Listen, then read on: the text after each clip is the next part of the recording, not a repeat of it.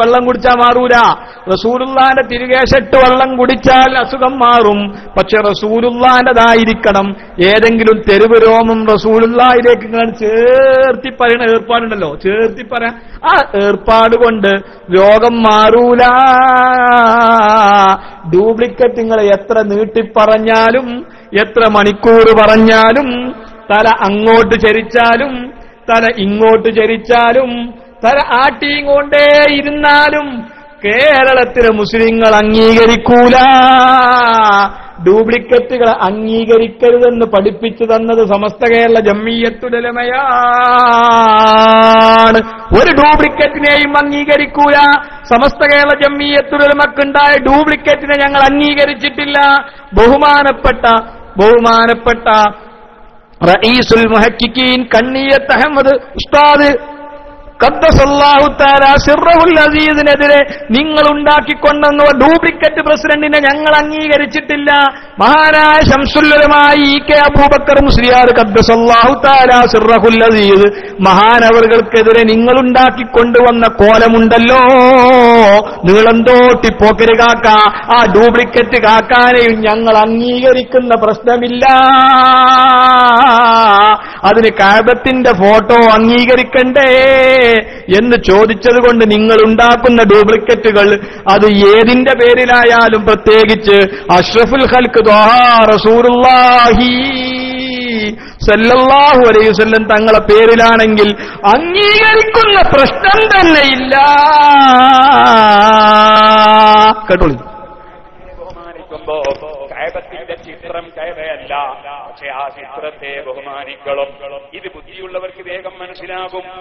ബുദ്ധി ഉണ്ടെങ്കിൽ അത് മനസ്സിലാകും. അത് കഅബത്തിന്റെ കഅബയല്ല എന്നതുകൊണ്ടാണ്, കഅബത്തിന്റെ ചിത്രമാണ് എന്നതുകൊണ്ടാണ്. ഇവിടെ നിങ്ങൾ റസൂലുള്ളാഹിന്റെ തിരുകേശമാണെന്നാണ് പറയുന്നത്. ചകാപ്പി ഇന്ത്യ രാജ്യത്തിന്റെ പതാക അത് ഇന്ത്യയല്ല, എനിക്ക് മനസ്സിലാക്കണം. അത് ഇന്ത്യന്റെ പതാകയാണ്. അതുകൊണ്ടാണ് ഇന്ത്യയാണെങ്കിലെ ബഹുമാനിക്കുക. ഇന്ത്യന്റെ പതാക അതുകൊണ്ടാണ് ബഹുമാനിക്കുന്നത്. എന്ത് പൊട്ടനായി ചങ്ങായി പറയും.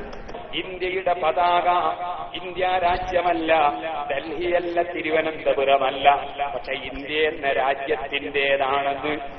ഇന്ത്യ എന്ന രാജ്യത്തിന്റെ പതാകയാണെന്നതുകൊണ്ടാണ്. അതേസമയം ഇന്ത്യ എന്ന് പറയുന്ന രാജ്യത്തിന്റെ ത്രിവർണ്ണ പതാകയും അതുപോലെ തന്നെ അശോക ചക്രം നടുക്ക് കൊടുത്തുകൊണ്ടുള്ള ത്രിവർണ്ണ പതാകത്തിന് ബദല് നിങ്ങളുടെ ബലൂണ് കൊടുത്ത ഒരു പതാകയാണെങ്കിൽ ഞങ്ങളതിനെ അംഗീകരിക്കില്ല. രാജ്യത്തുള്ളവര് പറഞ്ഞ് തീരുമാനിച്ച പതാക, ആ പതാക ബഹുമാനിക്കാത്തവർ അത് തീരുമാനിച്ചതുകൊണ്ടാണ് മാഷേ ഇന്ത്യ രാജ്യത്ത് ജീവിക്കാൻ അർഹതയില്ല. ആ പതാകയെ നിന്ദിച്ചാൽ ഇവിടെ ജയിലിൽ കിടക്കേണ്ടി വരും. ആ പതാകക്ക് ഡ്യൂപ്ലിക്കേറ്റ് ഉണ്ടാക്കിയാലും ജയിലിൽ കിടക്കേണ്ടി വരും. ആ പതാകയെ നിന്ദിക്കുന്നതിന്റെ തുല്യമാണ് അതിന് ഡ്യൂപ്ലിക്കേറ്റ് ഉണ്ടാക്കുന്നത്.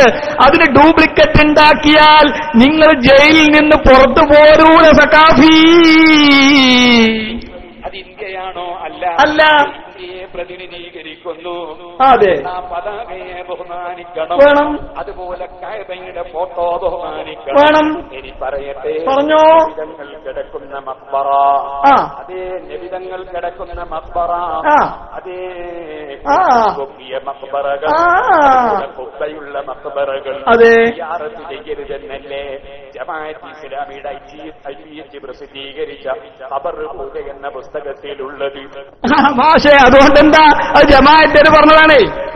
എല്ലാ ഒറിജിനലിനെയും ഡ്യൂപ്ലിക്കേറ്റിനെയും ബഹുമാനിക്കണം. ഇല്ല, ആ ഏർപ്പാടില്ല. അത് ഇങ്ങനെ ചെയ്താൽ മതി. എല്ലാ ഒറിജിനലും ഡ്യൂപ്ലിക്കേറ്റിനെയും ബഹുമാനിക്കുന്ന ഏർപ്പാടുണ്ടല്ലോ, അത് സമസ്ത മുതൽ മുടി വരെ ഞങ്ങൾ അംഗീകരിക്കൂല.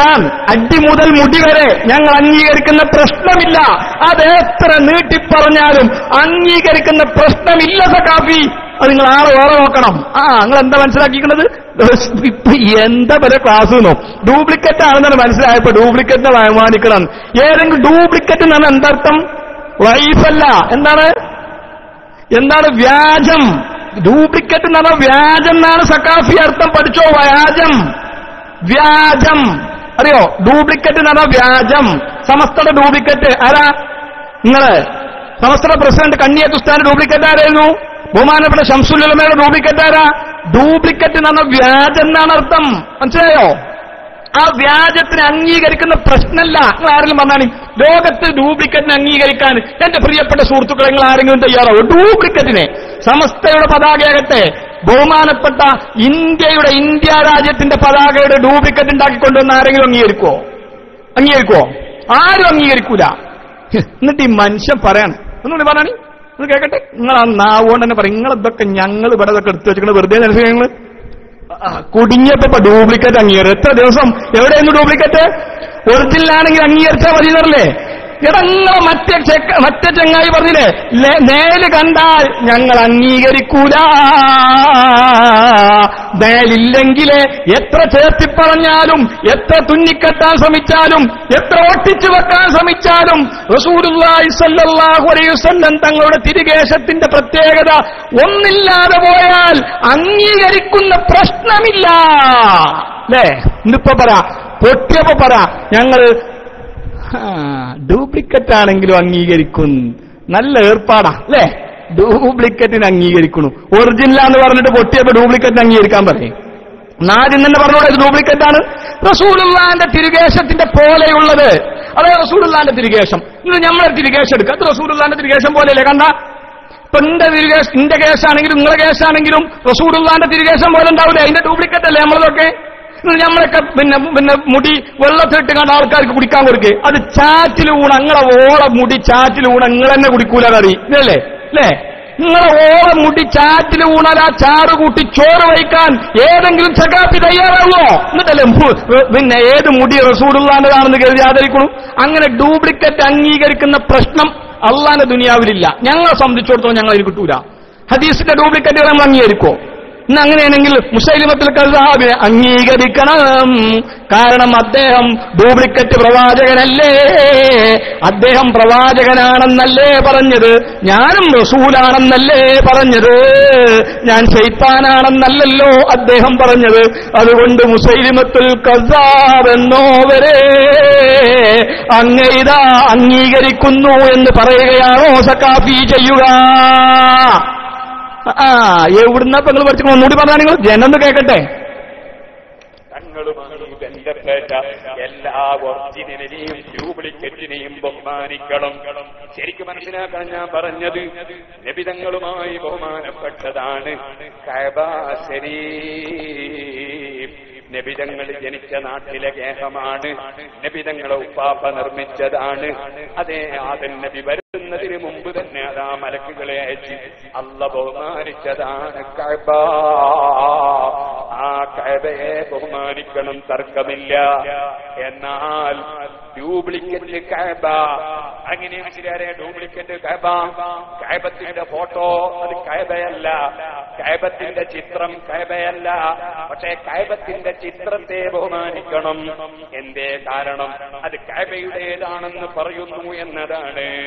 ചില ജമാഅത്തുകാർ ചിലപ്പോ ചോദിക്കും, അതേ ഒരു പിഞ്ഞാണവും എടുത്തിട്ട് പോകുന്ന ഒരാള് പിഞ്ഞാണവും എടുത്ത് പോയിട്ട് കുങ്കുമത്തിന്റെ മഷി കൊണ്ട് അല്ലേ വേറെ മഷി കൊണ്ട് ആയത്തുൽ കുർസി അതാ മഷി കൊണ്ട് എഴുതിയിട്ട് അത് മയച്ചിട്ട് കുടിക്കുന്നു സുന്നികള്. പണ്ട് തന്നെ ആ മഷിയങ്ങ് കുടിച്ചാ പോരെ? ഈ പിഞ്ഞാണത്തിൽ എഴുതിയത് കൊണ്ടെങ്ങനെ ഈ മഷിക്ക് ബഹുമാനം കൂടുന്നു? അതാ ഖുർആനിന്റെ വചനം ആ മഷി കൊണ്ട് എഴുതിയപ്പോ അതിന് ബഹുമാനം വന്നു എന്നല്ലേ അലി റളിയല്ലാഹു അൻഹു പറഞ്ഞത്. ആ അലി ഇബ്നു അബീ ത്വാലിബിനെ അംഗീകരിക്കുന്നവരാ സുന്നത്ത് ജമാഅത്ത്. അതുകൊണ്ട് തന്നെ പിഞ്ഞാണം എഴുതിയ മഷിക്ക് ബഹുമാനമുണ്ട്. ഇതുപോലെ കഅബയെ ബഹുമാനിക്കുമ്പോ കഅബത്തിന്റെ ചിത്രം കഅബയല്ല, ഈ ബന്ധപ്പെട്ട എല്ലാ ഒറിജിനലിനെയും ഡ്യൂപ്ലിക്കേറ്റിനെയും ബഹുമാനിക്കണം. എന്താ വർത്താനം അല്ലേ? റസൂലുള്ളാഹി തങ്ങളുമായി ബന്ധപ്പെടുത്തിയിട്ട് എന്ത് ഡ്യൂപ്ലിക്കേറ്റ് പറഞ്ഞാലും അതിനെ ബഹുമാനിക്കണം. റസൂലുള്ളാഹി ഒറിജിനലല്ലെങ്കിലും അല്ലാഹുവിന്റെ റസൂലിലേക്ക് ചേർത്ത് പറഞ്ഞാൽ അതിനെ ബഹുമാനിച്ചോളണം. അത് നബിതങ്ങളോടുള്ള ബഹുമാനമാണ്. ഇതിന്റെ തെളിവ് തെളിവാണ് ഞാൻ ഇമാം ബുഖാരി റളിയല്ലാഹു അൻഹുവിന്റെ ഉസ്താദിൽ നിന്ന് ഉദ്ധരിച്ച് പറയാൻ പോകുന്നത്.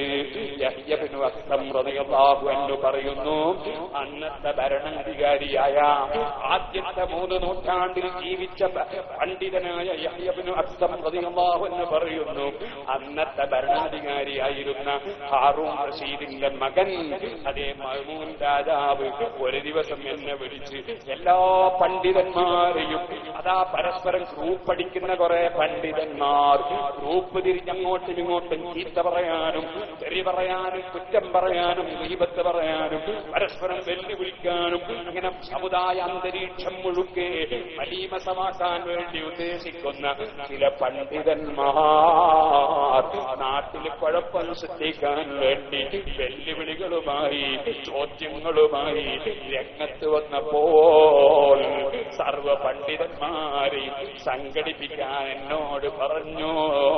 സംഘടിപ്പിച്ച് ചർച്ച ചെയ്തിട്ട് പ്രശ്നങ്ങൾ പരിഹരിക്കാൻ രാജാവ് മുൻകൈയെടുത്തു. നല്ല പരിപാടിയാണ്. വിവരമുള്ള പണ്ഡിതന്മാര്, രാഷ്ട്ര നേതാക്കന്മാർ, രാഷ്ട്രീയ നേതാക്കന്മാർ ഒരു മേശയ്ക്ക് ചുറ്റുവിരുത്തി എന്റെ സമുദായാന്തരീക്ഷത്തിലുള്ള പ്രശ്നങ്ങൾ തീർക്കാൻ പണ്ഡിതന്മാരെ ഇരുത്തിയിട്ട് പണ്ഡിതോചിതമായ ചർച്ച നടത്തുക. എന്നാൽ എത്ര അച്ചടക്കുണ്ടാവും നമ്മുടെ നാട്ടിൽ, എത്ര കുഴപ്പങ്ങൾ വരും നമ്മുടെ നാട്ടിൽ, എത്ര കൊല വരും നമ്മുടെ നാട്ടിൽ. സുബ്ഹാനല്ലാഹ്. ഈ അടുത്ത് ഞാൻ ചന്ദ്രികാ പ്രസംഗത്തിൽ ബഹുമാനപ്പെട്ട ഹൈദർ അലി ശിഹാബ് തങ്ങളുടെ പ്രസ്താവന കണ്ടു. പരസ്പരമുള്ള അഭിപ്രായ വ്യത്യാസങ്ങൾ അക്രമങ്ങളിലേക്ക് നീങ്ങരുത്. മണ്ണാർക്കാട് നമ്മളെ പ്രവർത്തകന്മാരെ വെട്ടിക്കൊന്നപ്പോ തങ്ങളവர்கள் പറഞ്ഞതായി ഞാൻ പത്രത്തിൽ വായിച്ചു. സഹോദരന്മാരെ, അതല്ലേ ശരി, അതല്ലേ ശരി. സമുദായം പരസ്പരം തമ്മിലടിക്കാൻ പാടുള്ളൂ. അപ്പൊ അന്നത്തെ രാഷ്ട്രത്തലവനായിരുന്ന മഅ്മൂൻ രാജാവ് അദ്ദേഹവും നബി കുടുംബത്തിൽപ്പെട്ട ആളായി. അങ്ങനെ എല്ലാ പണ്ഡിതന്മാരെയും ഒരു ചർച്ച സംഘടിപ്പിച്ചു. ആ ചർച്ചയെ സംബന്ധിച്ച് പറഞ്ഞുകൊണ്ട് പറയുമ്പോൾ അദ്ദേഹം പറയാണ്,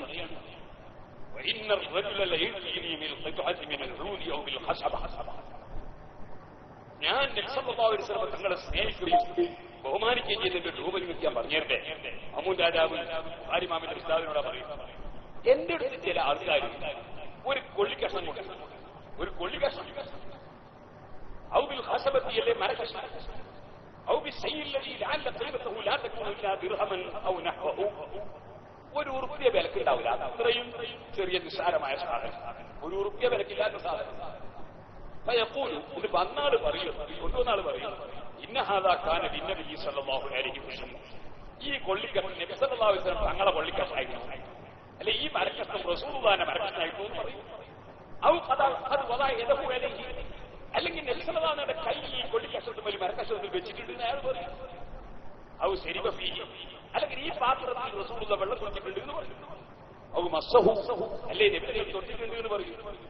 ഇങ്ങനൊക്കെ പറയുന്ന ഈ മനുഷ്യൻ ഒരു വലിയ സഹാബിയ, ഒരു ഇമാമ, ഒരു വലിയ ആളാ, ഒരു ശൈഖ ഒന്നുമല്ല.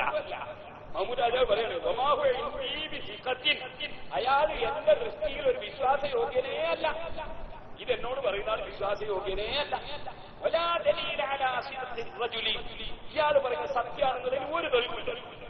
ഇത് നബിതങ്ങളതാണ്, തൊട്ടതാണ് എന്നൊക്കെ പറയുന്ന ഒരു തെളിവില്ല. പക്ഷേ എന്റെ സ്വഭാവം ഞാൻ നബി സല്ലല്ലാഹു അലൈഹി വസല്ലം തങ്ങളിൽ വിശ്വസിക്കുന്ന എന്റെ മനസ്സിന്റെ വിശ്വാസം, എന്റെ മഹബ്ബത്ത്, എന്റെ സ്നേഹം, ആ സ്നേഹം കാരണത്താൽ അഖ്ബലു ദാലിക, ആ കൊള്ളിക്കഷ്ണം, ആ പാത്രം ഞാനിങ്ങ് സ്വീകരിക്കും. അയാൾ എത്ര പൈസ പറയുന്നത്, 1000 സ്വർണ്ണ നാണയ, അത് കൊടുത്ത് ഞാനിങ്ങ് വാങ്ങും, അത് കൊടുത്തിട്ട് ഞാൻ അതിങ്ങ് വാങ്ങും. പിന്നെ ഞാനതെന്റെ മുഖത്ത് വെക്കും, എന്റെ കണ്ണും വലു വെക്കും, അത് ചുണ്ടുകൊള്ള നോക്കിയിട്ട് ഞാൻ ബർക്കത്തെടുക്കും, വബിമസിഹി അത് തൊട്ടിട്ട് ബർക്കത്തെടുക്കും, രോഗം വരുമ്പോൾ അത് തൊട്ട വെള്ളം കൊണ്ട് രോഗശമനം തേടും,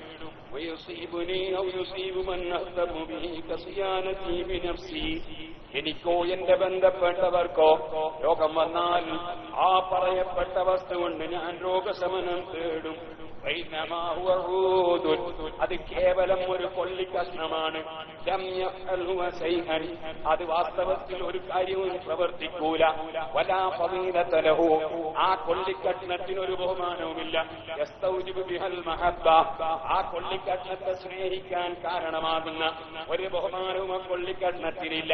ഇല്ലാ മാ ദുഖിറ മിൻ മസ്സി റസൂലില്ലാഹി സല്ലല്ലാഹു അലൈഹി വസല്ലം ലഹു നബി തങ്ങൾ അത് തൊട്ടുവെന്ന് വിശ്വസ്തനല്ലെങ്കിലും ആ മനുഷ്യൻ പറഞ്ഞല്ലോ. അത് പറഞ്ഞു എന്ന ഒറ്റ കാരണത്താൽ 1000 സ്വർണ്ണ നാണയം കൊടുത്ത് അത് വാങ്ങിയിട്ട് ചുംബിക്കുന്ന പതിവാണ് എനിക്ക് എന്ന് മഹ്മൂദ് രാജാവ് പറഞ്ഞപ്പോ ഇമാം ബുഖാരിയുടെ ഉസ്താദ്, സുഹൃത്തുക്കളെ, എല്ലാ സമസ്ത മുശാവറയെക്കാളും, എല്ലാ സംസ്ഥാന മുശാവറയെക്കാളും, എല്ലാ പണ്ഡിതന്മാരെക്കാളും എന്നല്ല നൂറ്റാണ്ടുകളായി ജീവിക്കുന്ന സർവ പണ്ഡിതന്മാരെക്കാളും വിവരമുള്ള പണ്ഡിതനല്ലയോ ഇമാം ബുഖാരിയുടെ മുൻവര്യരായ യഹ്യ ഇബ്നു അഖ്സം റളിയല്ലാഹു അൻഹു മഹാനവർകളോട് ഈ ഭരണാധികാരി ഇത് പറഞ്ഞപ്പോ നിങ്ങൾ ചെയ്തത് വിഡ്ഢിത്തമാണെന്ന് പറഞ്ഞില്ല, മോശമാണെന്ന് പറഞ്ഞില്ല, അതേ വിശ്വാസയോഗ്യരിൽ നിന്ന് കിട്ടാതെ നിങ്ങൾ സ്വീകരിക്കരുതെന്ന് പറഞ്ഞില്ല, ബറക്കത്തെടുക്കരുതെന്ന് പറഞ്ഞില്ല. 100% ആ മഹ്മൂദ് രാജാവിന്റെ വാക്കിന് അംഗീകാരം കൊടുത്തു. ഇനി ആരാണ് മഹ്മൂദ് രാജാവ് എന്ന് പഠിച്ചാൽ മതി. ആരാണ് ഹാറൂൺ റഷീദിന്റെ മകൻ മഹ്മൂൻ ആരായിരുന്നു എന്നൊന്ന് പഠനം നടത്തിയാൽ മതി. അപ്പൊ സംഭവം വ്യക്താവും. അത് മാത്രം ചെയ്താൽ മതി. അയാളെ വാങ്ങിയിട്ട് മറ്റുള്ളവരെ വെള്ളത്തിൽ കുളിപ്പിച്ചിട്ടൊന്നുമില്ല. ഇനി എന്നിരുന്നാൽ പോലും ആരാണ് ഈ മഹ്മൂൻ എന്നൊന്ന് പഠിക്കാൻ തയ്യാറായ മതി. അപ്പൊ മഹ്മൂദ് രാജാവ് ആരാണെന്ന് പഠിച്ചാൽ എന്താ മൂപ്പര പ്രവർത്തനം കൃത്യമായി നിങ്ങൾക്ക് മനസ്സിലാവും. അല്ലേ? കൃത്യമായിട്ട് മനസ്സിലാവും. ഇത് റസൂലുള്ളാന്റെതല്ല എന്നറിഞ്ഞാലും ഒരാൾ കൊണ്ടുപോയിട്ട് എന്ത് കൊടുത്താലും മൂപ്പര് പോവാം. അങ്ങനെ ഒരാളൊരു ചരിത്രം, രാജാവിന്റെ ചരിത്രം പിന്നെ ഗ്രന്ഥങ്ങളിൽ കാണാൻ കഴിയും. മൂപ്പര് എന്ത് കേട്ടു? റസൂലുള്ളാന്റെതാണെന്ന് പറഞ്ഞ ആരേക്കെന്നാണെങ്കിലും അത് വാങ്ങിവെക്കുന്നു. അത് വാങ്ങിവെക്കണം എന്തിനാ? കാരണം അതിപ്പം പിന്നെ അതുകൊണ്ട് വേറൊരാളവൻ പോയി ചതിക്കൂലല്ലോ. ആ സംഭവം അതുകൊണ്ട് വേറൊരാളുമായി ഇവൻ ഒരാളെ ചതിയിൽപ്പെടുത്തൂലല്ലോ എന്നുള്ളത് കൊണ്ടാ. എന്നിട്ടിപ്പോ മൂപ്പര് പറയാറ് മഹ്മൂദ് രാജാവ് അത്രപ്പോ തെളിവേ. മഹ്മൂദ് രാജാവിന്റെ തെളിവ് പോയിട്ട് മഹ്മൂദ് രാജാവ് ആരാണെന്നൊരു പഠനം നടത്തിയാൽ മതി. അദ്ദേഹം ഹാറൂൺ റഷീദിന്റെ മൂത്ത മകനിൽ നിന്നും ഭരണം തട്ടിയെടുത്തതും മറ്റുമായി ബന്ധപ്പെട്ട കാര്യങ്ങളൊക്കെ ഒരു പഠന വിധേയമാക്കുമ്പോൾ അദ്ദേഹത്തിന്റെ വിശ്വാസത്തിൽ സംഭവിച്ച വൈകല്യങ്ങൾ വരെ എന്റെ പ്രിയപ്പെട്ട സുഹൃത്തുക്കളെ അദ്ദേഹവുമായി ബന്ധപ്പെട്ട് പഠനം നടത്തിയ കൃത്യമായി മനസ്സിലാവും. വളരെ കൃത്യമായി അതൊക്കെ ചരിത്രങ്ങൾ രേഖപ്പെടുത്തി വെക്കപ്പെട്ട കാര്യമാണ്. എന്നിട്ട് അദ്ദേഹം പിന്നെ മുസ്ലിം സമൂഹത്തിനെ പിന്നെ ഫസാദിലാക്കാൻ വേണ്ടി ചെയ്യുന്ന ചില ഏർപ്പാടുകളൊക്കെ തെളിവായി ഉദ്ധരിക്കുക. എന്താ ഇപ്പൊ കഥ എവിടുക്കെത്തി? എന്നിട്ട് ഡ്യൂപ്ലിക്കറ്റ് ആണെങ്കിലും അംഗീകരിക്കണം എന്ന് പറഞ്ഞു കൊണ്ടുവരിക. അതിനിപ്പോ ഇവരെ ഇമാമിയങ്ങളാരാ? ഒന്ന് ഇമാമുന മഅ്മൂൻ എന്ന ഹോജ, വേറൊരാള് റളിയല്ലാഹു എന്നൊക്കെ പറയുന്നുണ്ട്. ഇതൊക്കെ ആരാണെന്ന് അന്വേഷിച്ചിട്ട് പറയേണ്ട കാര്യങ്ങളാണ്. ഇവരെ കുറിച്ച് ചരിത്രം പഠിക്കാൻ നിങ്ങൾ തയ്യാറാവണം. ചരിത്രം പഠിക്കുമ്പോൾ അയാളെ പേര് പോലും നിങ്ങൾ ഇവിടെ പറയില്ല ഒരു ദീനീ സദസ്സിൽ. അത്രമാത്രം പിന്നെ കാര്യങ്ങളൊക്കെ ഉള്ള ആളുകളൊക്കെ എടുത്തുകൊണ്ടുവന്ന് വലിയ മഹാന്മാരായി ചിത്രീകരിച്ച് ഡ്യൂപ്ലിക്കറ്റിനെ ബഹുമാനിപ്പിക്കാൻ വേണ്ടി നടത്തുന്ന ഈ ശ്രമം എന്റെ പ്രിയപ്പെട്ട സുഹൃത്തുക്കൾ അത് മനസ്സിലാക്കണം. ഡ്യൂപ്ലിക്കറ്റ് ആണെങ്കിൽ, കഅബയുടെ ഡ്യൂപ്ലിക്കറ്റ് ആണെങ്കിൽ നമ്മളത് കഅബയാണെന്ന് പറഞ്ഞ് ബഹുമാനിക്കുക. പൊളിച്ചു കളിയില്ലേ നമ്മളത്? നിങ്ങളുടെ നാട്ടിലൊരാളൊരു കഅബയുടെ ഡ്യൂപ്ലിക്കറ്റ് ഉണ്ടാക്കിയിട്ട് ഇതാണ് കഅബ എന്ന് പറഞ്ഞാൽ എന്റെ പ്രിയപ്പെട്ട സുഹൃത്തുക്കൾ എന്താ ചെയ്യാ? അത് പൊളിച്ചു കളയില്ലേ നമ്മള്? റസൂലുള്ളാന്റെ ചെരുപ്പാണെന്ന് പറഞ്ഞിട്ട് ഏതെങ്കിലും ആളുകൾ ഏതെങ്കിലും വല്ല വീക്കേഴ്സോ അതിപ്പോ വേറെ ഏതെങ്കിലും ചെരുപ്പുണ്ട് നമ്മുടെ നാട്ടിൽ വന്ന് റസൂലുള്ള ഇട്ടീന ചെരുപ്പാണെന്ന് പറഞ്ഞാൽ അത് വാങ്ങിയോന്റെ മോന്തൊക്കെ നമ്മൾ തല്ലൂലേ? ഡ്യൂപ്ലിക്കറ്റ് ആണെന്ന് അറിഞ്ഞുകൊണ്ട് നമ്മൾ അതിനെ ബഹുമാനിക്കണം എന്നാണ് ഇയാൾ പഠിപ്പിക്കുന്നത്. എവിടുന്ന അയാൾ പഠിച്ച? റസൂലുള്ളാഹിൽ ചേർത്ത് പറയുന്ന ഡ്യൂപ്ലിക്കറ്റ് വ്യാജ ഹദീസുകളെ നമ്മൾ അംഗീകരിക്കുവോ? എവിടുന്നാണ് ഇയാൾ? ആരോടാണ് പറയുന്നത്? ഏത് ഡ്യൂപ്ലിക്കറ്റ് ആണെങ്കിലും അങ്ങ് പറഞ്ഞാൽ മതി, പിന്നെ അത് അങ്ങനെ അംഗീകരിക്കണം.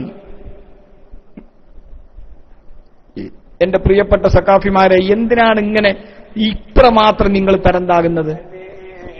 പറഞ്ഞവൻ തന്നെ പറഞ്ഞവൻ വിശ്വാസയോഗ്യനല്ലെങ്കിൽ തന്നെ നബിതങ്ങളോട് മഹബത്തുണ്ടോ, ബഹുമാനമുണ്ടോ, ആദരിച്ചേ പറ്റൂ, ഇത്ര ദിവസം പറഞ്ഞത് എന്താണ്? റസൂലുള്ളാഹി തങ്ങള് റസൂലുള്ളാഹി സ്വല്ലല്ലാഹു അലൈഹി വസല്ലം തങ്ങളുമായി ബന്ധപ്പെട്ട കാര്യം വിശ്വാസയോഗ്യമായ ആളുകൾ അല്ലേ? അഗ്ലിപ്പം കയ്യിലുണ്ട് സഖാഫി. വിശ്വാസയോഗ്യമായ ആളുകൾ തന്നാൽ അംഗീകരിക്കണം. ഇപ്പൊ എവിടെ പോയി വിശ്വാസമില്ലെങ്കിൽ? അപ്പൊ നിങ്ങളെ തരുന്ന ആൾക്ക് വിശ്വാസം ഇല്ല, ആളുകൾക്ക് അദ്ദേഹത്തെ വിശ്വസിക്കാൻ പറ്റില്ലെങ്കിൽ വിശ്വാസം ഇല്ലെങ്കിലും അംഗീകരിക്കണം. ഇത്ര ദിവസങ്ങൾ എന്ത് പറഞ്ഞിരുന്നു? വിശ്വാസയോഗ്യമായ ആളുകളിൽ നിന്ന് ഇതാണ് എന്ന് പറയപ്പെടുന്നത്. ഞാൻ ആരാണ്, ഞാൻ ആരുടെ മകനാണ്, അയാൾ ആരുടെ മകനാണെന്നൊക്കെ പറഞ്ഞ ആളെക്കുറിച്ച് ആളുകൾക്ക് പറഞ്ഞു കൊടുക്കണം. വിശ്വാസയോഗ്യരായ ആളുകളെ കയ്യിൽ നിന്ന് കിട്ടിയാൽ പിന്നെ സന്നദ്ധ ചോദിക്കേണ്ടതില്ല. ഇപ്പൊ മൂപ്പര് പറയാം വിശ്വാസിക്കേണ്ട പ്രശ്നമല്ല. ഏതൊരാള് ഇത് റസൂലുള്ളാന്റെ ഹദീസാണെന്ന് പറഞ്ഞാൽ അങ്ങനെ തന്നെ ആ ഹദീസാണ് വിശ്വസിക്കുക. ഇത് റസൂലുള്ളാന്റെ അസറാണെന്ന് പറഞ്ഞാൽ അത് വേഗം വാങ്ങുക. ഇത് റസൂലുള്ളാന്റെ ശരീരത്തിന്റെ ഭാഗമാണെന്ന് പറഞ്ഞാൽ അത് നേരെ നമ്മളണ്ട് ആദരിക്കുക. പിന്നെ നമ്മളൊന്നും ചെയ്യേണ്ട, അത് നോക്കണ്ട. അതല്ല എന്ന് ബോധ്യപ്പെട്ടാലും ഡ്യൂപ്ലിക്കറ്റ് ആണെന്ന് ഉറച്ചാലും ആദരിക്കണം എന്ന് അയാൾ പറയുന്നത്. ഡ്യൂപ്ലിക്കറ്റ് ആണെങ്കിൽ പോലും സംശയമുള്ളതിനല്ല, ഡ്യൂപ്ലിക്കറ്റ് ആണെങ്കിലും അംഗീകരിക്കണം. തന്നെ പറഞ്ഞവൻ വിശ്വാസയോഗ്യനല്ലെങ്കിൽ തന്നെ നബിതങ്ങളോട് മഹബത്തുണ്ടോ, ബഹുമാനമുണ്ടോ, ആദരിച്ചേ പറ്റൂ, അംഗീകരിച്ചേ പറ്റൂ. ഇതാണ് സുന്നത്ത് ജമാഅത്ത്, ഇതാണ് ഇമാം ബുഖാരിയുടെ ഉസ്താദ് പഠിപ്പിച്ചത്, ഇതാണ് ഇമാമിയങ്ങൾ പഠിപ്പിച്ചത്. ആ നിലത്ത് ആദരിക്കപ്പെടേണ്ട വ്യക്തിയാണ്. ഈ ഇമാം ആരാണെന്ന് പറഞ്ഞാൽ നിങ്ങള് ഡ്യൂപ്ലിക്കറ്റ് ആണെങ്കിൽ നബി സല്ലല്ലാഹു അലൈഹി വസല്ലം പേരിൽ ഡ്യൂപ്ലിക്കറ്റ് ഉണ്ടാക്കിയത് അംഗീകരിക്കണമെന്നും ആദരിക്കണമെന്ന് പഠിപ്പിച്ച ഒരു ഇമാമിന്റെ പേര് പറ സഖാഫി. അഷ്റഫുൽ ഖൽഖ് ത്വാഹ റസൂലുള്ളാഹി സ്വല്ലല്ലാഹു അലൈഹി വസല്ലം തങ്ങളുടെ പേരിൽ ഡ്യൂപ്ലിക്കറ്റ് ഉണ്ടാക്കാം എന്ന് പറഞ്ഞൊരു ഇമാമിന്റെ പേര് പറയേ. എന്നാ ഞങ്ങൾ പറഞ്ഞുതരാം, നബി സല്ലല്ലാഹു അലൈഹി വസല്ലം തങ്ങളുടെ മേലിൽ എന്ത് കള്ളത്തരം ചെയ്താലും അവനവന്റെ സീറ്റ് നരകത്തിൽ ഉറപ്പിച്ചു കൊള്ളട്ടെ. അഷ്റഫുൽ ഖൽഖ് ത്വാഹ റസൂലുള്ളാഹി. അതുകൊണ്ട് നരകത്തിൽ ഞങ്ങളെ ഇമാമിയങ്ങള് നരകത്തിൽ കിടക്കണ ഇമാമിയങ്ങളെ, നരകത്തിൽ സീറ്റ് ഉറപ്പിച്ച ആൾക്കാരെ ഞങ്ങളെ ഇമാമിയങ്ങൾ. ഏതാണ് ഇമാമ്? നരകത്തിൽ നബി സല്ലല്ലാഹു അലൈഹി വസല്ലം പഠിപ്പിക്കുക. നബി സല്ലല്ലാഹു അലൈഹി വസല്ലം തങ്ങളുടെ പേരിൽ ഒരാളൊരു കള്ളം ചമച്ചാൽ അവന്റെ സീറ്റ് നരകത്തിൽ ഉറപ്പിച്ചു കൊള്ളട്ടെ. എന്ത് ഇയാൾ പറയും? ഇമാമിങ്ങൾ പറഞ്ഞു ഡ്യൂപ്ലിക്കറ്റിനെ അംഗീകരിക്കണം. റസൂലുള്ളാഹിന്റെ പേരിൽ ഉണ്ടാക്കുന്ന ഡ്യൂപ്ലിക്കറ്റിനെ അംഗീകരിക്കണം, അതിനെ ആദരിക്കണം, അത് വിശ്വസിക്കണമെന്ന് ഏത് ഇമാം എവിടെ പറഞ്ഞു? ഇമാമിങ്ങൾ പറഞ്ഞു എന്ന് പറഞ്ഞ ഇമാമാവോ? ഏത് പള്ളിക്കലെ ഇമാമ? നിങ്ങളെ പള്ളിക്കലെ സിറാജുൽ ഹുദയിലെ പള്ളിയിൽ നിങ്ങൾ ഇമാമൊക്കെ ഉണ്ടെങ്കിൽ നിങ്ങളായിരിക്കും അല്ലേ? അല്ലാതെ ഒരു പള്ളിയിലെ ഇമാമ് പോലും പറഞ്ഞില്ല. പിന്നല്ലേ ഇമാമിങ്ങൾ? ആരാ ഇമാമ്? ഇമാമിങ്ങൾ പറഞ്ഞു ജനങ്ങളോട് പച്ചക്കള്ളം പറയേ. ഷാഫി ഇമാം റളിയല്ലാഹു അൻഹു പറഞ്ഞോ? ഇമാം നവവി തങ്ങൾ പറഞ്ഞോ? ഇമാം ഇബ്നു ഹജർ ഹൈതമി തങ്ങൾ പറഞ്ഞോ? ആരെ പറഞ്ഞു? ഇമാം ജാരിയവാലെ. ഇമാമിങ്ങൾ പറഞ്ഞുകൊണ്ടിരുന്നു. മുഹമ്മദുർ റസൂലുള്ളാഹി. സഹോദരന്മാരെ, തന്നെ പറഞ്ഞവൻ വിശ്വാസയോഗ്യനല്ലെങ്കിൽ, ഇപ്പൊ പറഞ്ഞ വിശ്വാസയോഗ്യനല്ലെങ്കിലും അംഗീകരിക്കണം. ഇതുവരെ എന്ത് പറഞ്ഞിരുന്നു? വിശ്വാസയോഗ്യനാണെങ്കിൽ മാത്രം അംഗീകരിച്ചാ മതി. ഇനി എന്താ ചെയ്യേണ്ടത്? ഇനിയൊരു പരിശോധനയും വേണ്ട.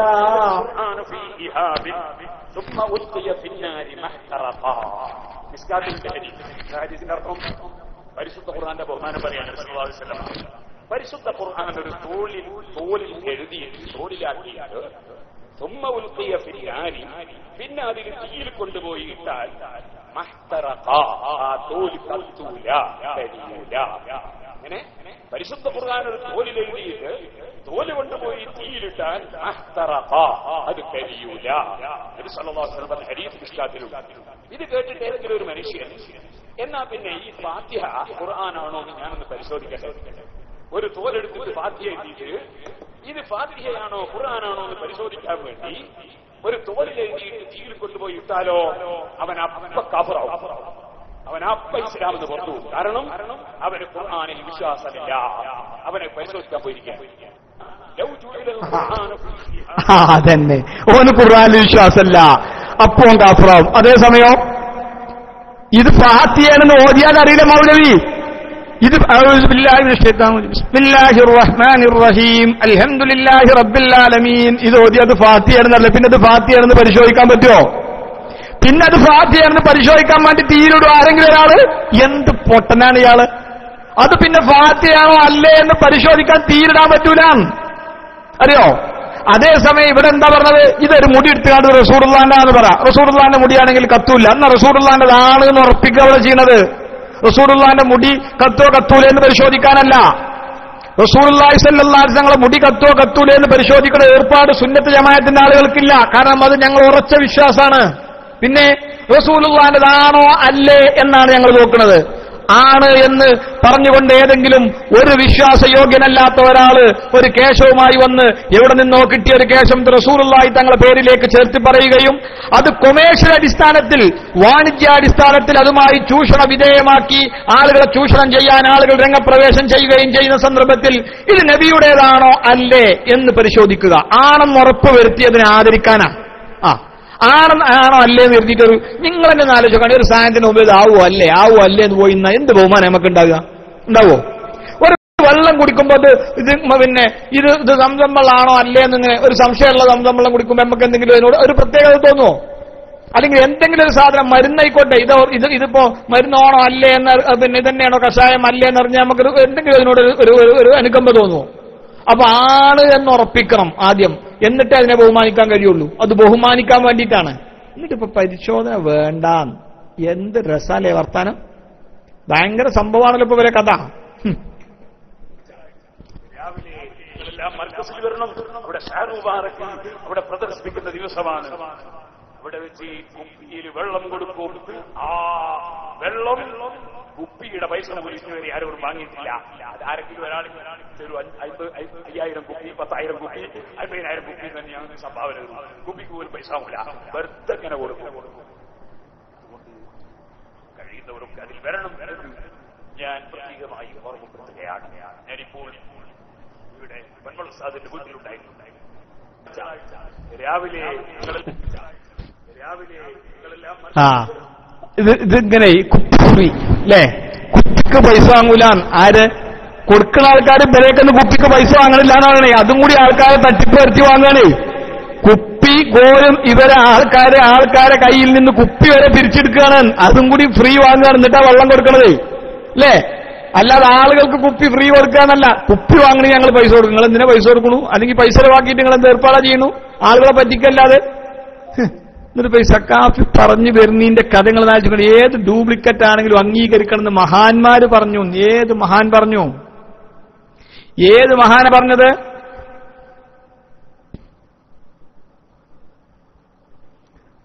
തെളിവിന് പരിശോധിക്കാനേ പറ്റൂല. തെളിവ് നോക്കാൻ പരിശോധിക്കാൻ പറ്റൂല. എന്ത് ഇതുണ്ടോ അല്ലേ എന്ന് അന്വേഷിക്കാൻ പരിശോധിക്കാൻ പറ്റൂല എന്നാ. അല്ലാതെ ആണോ അല്ലേ എന്നറിയാനല്ല.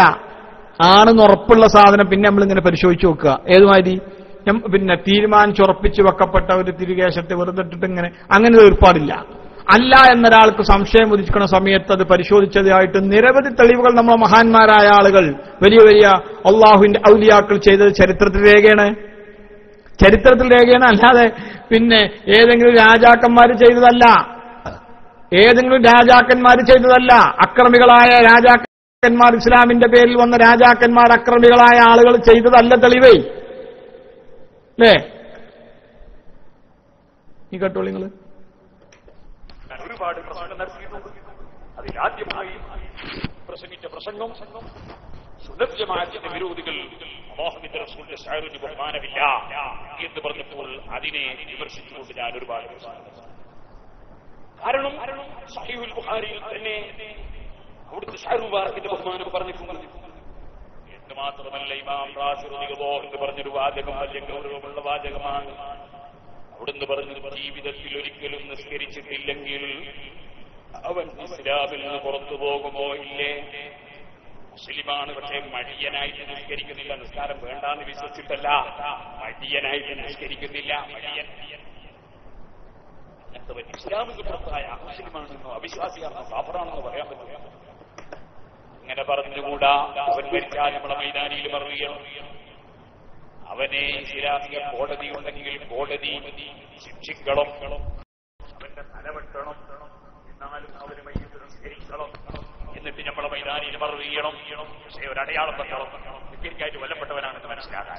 ഇസ്ലാമിന്റെ കോടതി ചെയ്യുന്ന കാര്യമായിട്ട് ഒക്കളാരും നാളെ തന്നെ കമ്മിറ്റി ഉണ്ടാക്കി പണിക്ക് പോരും. എന്റെ പേര് തീവ്രവാദം. ഇസ്ലാമിക കോടതി ചെയ്യേണ്ട കാര്യമാണ്. നിയമം കയ്യിലെടുക്കാൻ പാടില്ല, അതിന്റെ പേരാ തീവ്രവാദം. അങ്ങനെ നിയമം കയ്യിലെടുക്കാൻ വേണ്ടി തീവ്രം വല്ലവരും ആക്ഷേപിച്ചാൽ അവനതോടെ സല്ലല്ലാഹു അലൈഹി വസല്ലം. അതുകൊണ്ട് തന്നെ ഏഴിൽ വെച്ച് ഞാനൊരു പ്രശ്നം ആ പ്രസംഗത്തിൽ ഞാൻ പറഞ്ഞു, ബഹുമാനപ്പെട്ട ശൈഖുനാ കാന്തപുരം ഉസ്താദിന്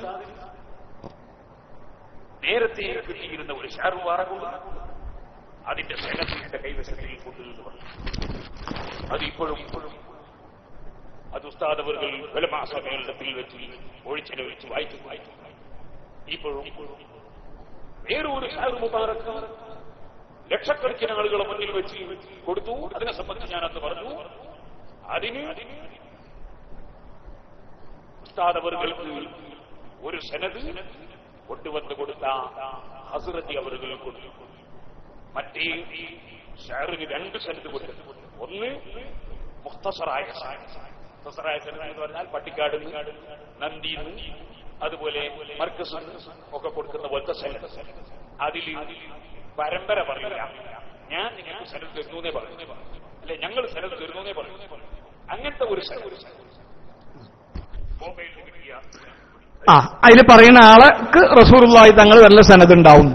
ചുരുക്കി പറഞ്ഞ സനദില്ല ഒരാൾ ഞാൻ അത് തരുന്നു, ഇന്റെ സനദ് റസൂലുള്ള വരെ മുട്ടും ചെയ്യും. അങ്ങനത്തെ ആളാണ് ആ സനദ് കൊടുക്കുക. അത് മതിയായി. ഇത് റസൂലുള്ളാഹി തങ്ങൾ വരെ എത്തുന്ന ഒരാള് ഈ സാധനത ഞാൻ അനക്ക് തരുന്നു എന്ന് പറഞ്ഞാൽ ഇവന്റെ അതെന്റെയാണ് ഭാഷ സനദ് എന്ന് പറയണതേ. അവിടുന്ന് അങ്ങോട്ട് ശംസുലുലമ തന്നാൽ, ശംസുലുലമ ഒരു എൽമിന് ഒരു ഫിഖിലൊരു സനദ് തന്നാൽ കൊടുത്ത ഒരാൾക്ക് കൊടുത്താൽ എന്താ അർത്ഥം? അവിടുന്ന് അങ്ങോട്ട് ശംസുലുലമ ഒരു അഷ്റഫുൽ ഖൽഖ് ത്വാഹ റസൂലുള്ളാഹി സ്വല്ലല്ലാഹു അലൈഹി വസല്ലം തങ്ങൾ വരലെ പരമ്പര ശംസുലുലമക്ക് ഉണ്ട്. അതന്നെയാണ് ഈ സനദ് എന്ന് പറയുന്ന സാധനം. പറയും വിശദമായ മുഫസ്സലായ സനദ് 2 സനദ് അതേസമയത്ത് ഹസ്രതി കൊടുത്ത സനദ് അതിൽ മുഫസ്സലായി ഇത് കൈമാറി വന്ന ശൃംഖല പറയുന്നില്ല, മറിച്ച് അദ്ദേഹം കൊടുക്കുന്ന സനദാണ്. അപ്പൊ വായിച്ചതോ ഇതാ വായിച്ചു കേൾക്കുന്നു, ഇതാ സനദ് ഇതാ വായിക്കുന്നു. ഇപ്പോൾ ഇവിടെ വായിച്ചത് സനദാണ്. ഇതൊക്കെ പറഞ്ഞോ. ബുഖാരിക്കും മുസ്ലിമിനും ഉള്ളതുപോലെയുള്ള സനദ് ഈ ഷഅറിനുമില്ലേ? പിന്നെ എന്താ പ്രശ്നം? നെല്ലിക്കുത്ത് ബുഖാരിക്കും മുസ്ലിമിന്റെ ഒക്കെ ഹദീസിന് പറഞ്ഞ ആള് മാത്രമേ ഉണ്ടാവുള്ളൂ. ഇതാ ഈ ഹദീസ് റസൂലുള്ളാഹിന്റെ ഹദീസാണെന്ന് ബുഖാരി ഇമാമിനോട് പറഞ്ഞ ആള് മാത്രമേ ഉണ്ടാവാറുള്ളൂ. അതോ അവിടുന്ന് അങ്ങോട്ട് അഷ്റഫുൽ ഖൽഖ് ത്വാഹ റസൂലുള്ളാഹി സ്വല്ലല്ലാഹു അലൈഹി വസല്ലം തങ്ങൾ വരെയുള്ള ശൃംഖല ഉണ്ടാവോ? ബുഖാരിയുടെയും മുസ്ലിമിന്റെയും സനദ് പോലത്തെ ഒരു സനദ് എന്തിനുണ്ട്? ഈ കേശത്തിനുണ്ട് എന്ന് നെല്ലിക്കുത്ത് പറഞ്ഞു, പൊന്മള പറഞ്ഞിട്ടുണ്ട്, AP പറഞ്ഞിട്ടുണ്ട്, ഇതാ സനദ് വായിക്കുന്നു എന്ന് നിങ്ങൾ പറഞ്ഞിട്ടുണ്ട്, ഇപ്പോൾ വായിച്ച് കേട്ടതാണ് സനദ് എന്ന് പറഞ്ഞിട്ടുണ്ട്. ഇതൊക്കെയാണ് മുടുങ്ങല്ലേ?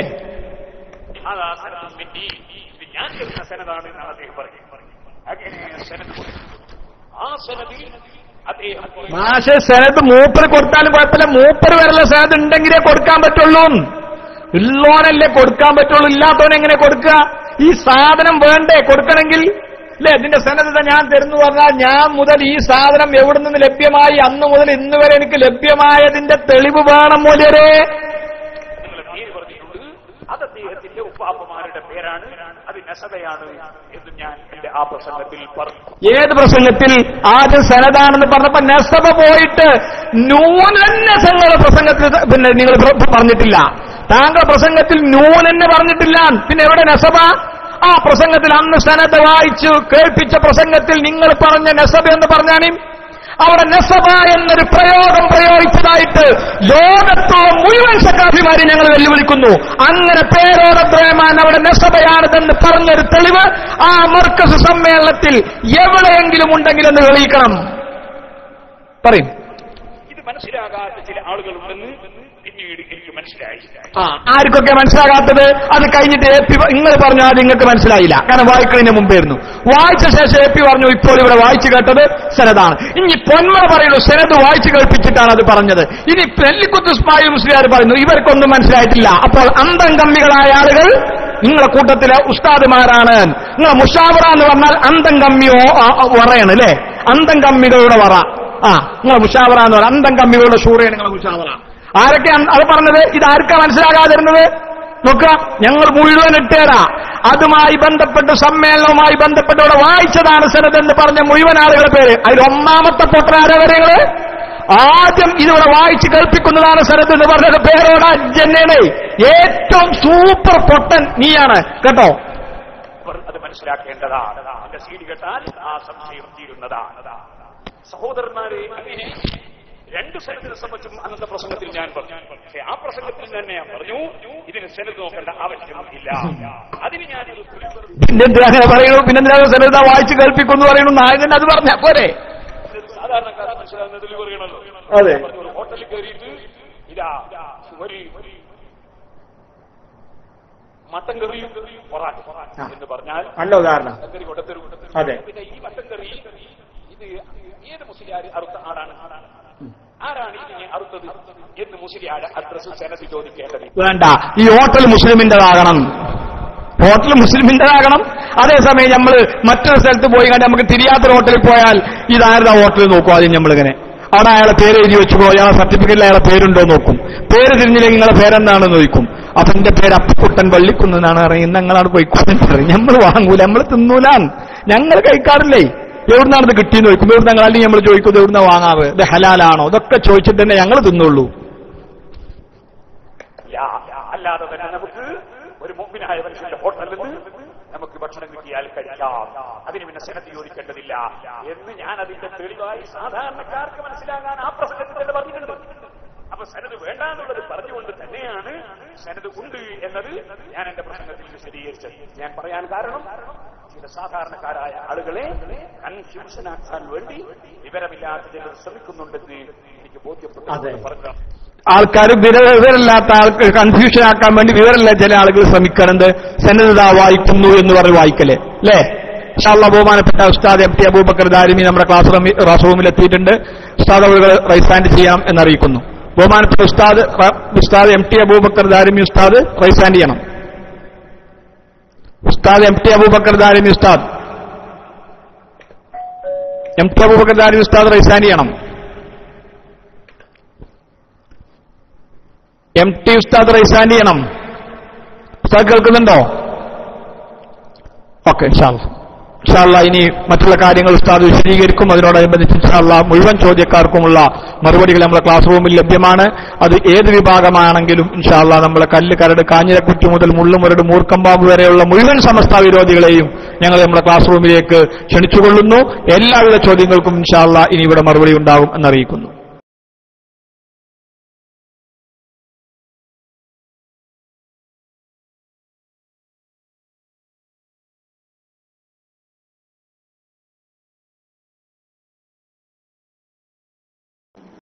ഹലോ, നിങ്ങൾ 3-4 ദിവസം മുമ്പേ മൈക്ക് തരാന്ന് പറഞ്ഞ് മണിക്കൂറുകൾ ഇവിടെ പിടിച്ചിരുത്തി. എന്നിട്ട് സുന്നിസോ എന്ന് പറയുന്ന ആൾ ഒരു ആരോപണം ഉന്നയിച്ചിട്ട് മണിക്കൂറുകൾ ക്ലിപ്പ് കേൾപ്പിക്കുക. ഞാൻ നാട്ടിൽ നിഷ്പക്ഷനായിട്ട് നടിച്ചത്. എന്റെ നാട്ടിൽ പോയി അന്വേഷിച്ച് നോക്കുക. ഞാൻ ഒറിജിനൽ എപ്പിക്കാരനായിട്ട് അറിയപ്പെടുന്നത്. നിങ്ങൾ ചുമ്മാ ഒരു ആരോപണം ഉന്നയിച്ചിട്ട് പിന്നെ ഈ ക്ലിപ്പ് ഇടുന്ന എന്ത് മര്യാദ? നമ്മൾ മണിക്കൂറുകൾ ഇവിടെ ഇരുന്നു, അതാത് വരെ ഇവിടെ ഇരുന്നു. ഇതാണ് നിങ്ങളുടെ മര്യാദ.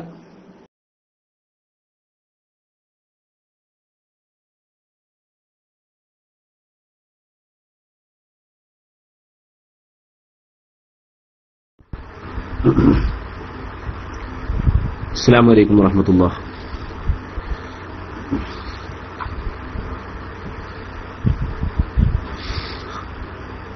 ഹലോ, കേൾക്കുന്നുണ്ടോ? പറയുന്നത് കേൾക്കുന്നുണ്ടല്ലേ? സൗണ്ട് കേൾക്കുന്നുണ്ടോ?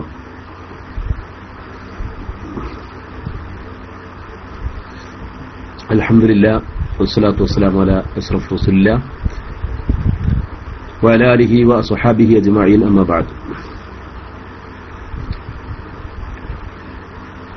ബഹുമാനപ്പെട്ട പണ്ഡിത സഹോദരന്മാരെ, സുഹൃത്തുക്കളെ, വളരെ പ്രസക്തമായ ഒരു വിശദീകരണം ബഹുമാനപ്പെട്ട നൗഷാദ് സാഹിബിന്റെ ആർജവത്വമുള്ള ആ ഗാംഭീര്യമായ ശബ്ദം കൊണ്ട് നമ്മളെല്ലാവരും കേട്ടു. തികച്ചും വ്യാജമാണെന്ന് ഉറപ്പുള്ള ഒരു മുടിയെ സംബന്ധിച്ചുള്ള കെട്ടിമറിച്ചിലുകളിലെ അന്തർനാടകങ്ങൾ സവിസ്തരമായി ബഹുമാനപ്പെട്ട സുന്നിസം ഇവിടെ പ്രതിപാദിച്ചു. അൽഹംദുലില്ലാ, എന്ന് ആ മുടി വലിച്ചെറിയുന്നുവോ അന്ന് അതുവരെ അതിനെതിരിലുള്ള ശക്തമായ താക്കീതുകളും പ്രതിഷേധങ്ങളും തുടർന്നുകൊണ്ടിരിക്കുമെന്നുള്ള സൂചന ബഹുമാനപ്പെട്ട സുന്നിസം നൽകുകയുണ്ടായി. ഈ സന്ദർഭത്തിൽ പ്രിയപ്പെട്ട സുഹൃത്തുക്കൾ, നമ്മളെല്ലാവരും മനസ്സിലാക്കേണ്ടത് അഹ്ലുസുന്നത്തി വൽ ജമാഅയുടെ ഇമാമുമാർ അവരുടെ വിശദീകരണത്തിനപ്പുറം സ്വന്തമായുള്ള ഗവേഷണവും നിരീക്ഷണവും നടത്തിക്കൊണ്ട് പുതിയ പുതിയ വാദങ്ങൾ ഉന്നയിക്കുക എന്നുള്ള ശൈലി, ആ ശൈലി ആര് ആവിഷ്കരിച്ചതാണെങ്കിലും ഇന്ന് അത് ഏറ്റുപിടിക്കാനും അതിന്റെ വാഹകരാകാനും അനവധി ആളുകൾ സജീവമായി രംഗത്തിറങ്ങിക്കൊണ്ടിരിക്കുന്ന ഒരു ഘട്ടത്തിലാണ് നമ്മളൊക്കെ ജീവിക്കുന്നത്. ഈ സന്ദർഭത്തിൽ ബഹുമാനപ്പെട്ട സമസ്ത കേരള ജംഇയ്യത്തുൽ ഉലമായുടെ 90ാം വാർഷികം 2016 ഫെബ്രുവരിയിൽ ആലപ്പുഴയിലെ മണൽത്തരികളെ സാക്ഷി നിർത്തിക്കൊണ്ട്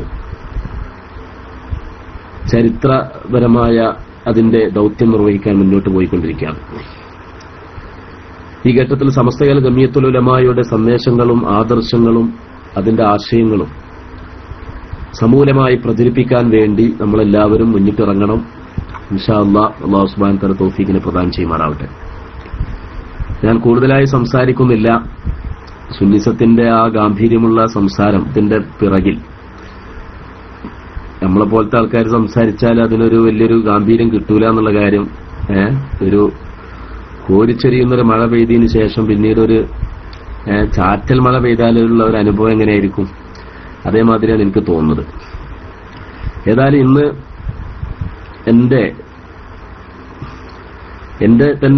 എന്റെ ജീവിതത്തിൽ വളരെ സംഭവബഹുലമായ ഒരു സംഭവം നടന്ന ഒരു കാര്യം ഞാൻ നിങ്ങളും ശ്രദ്ധയിൽപ്പെടുത്തുകയാണ്.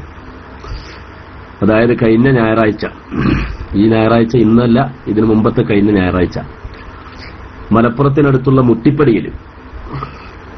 മുട്ടിപ്പടിയിൽ അവിടെയുള്ള മദ്രസയിൽ വെച്ചുകൊണ്ട് ഒരു ക്ലാസ് നടന്നു. തബ്ലീഗ് ജമാഅത്തിനെ വിശദീകരിച്ചുകൊണ്ടുള്ള ക്ലാസ് ആയിരുന്നു.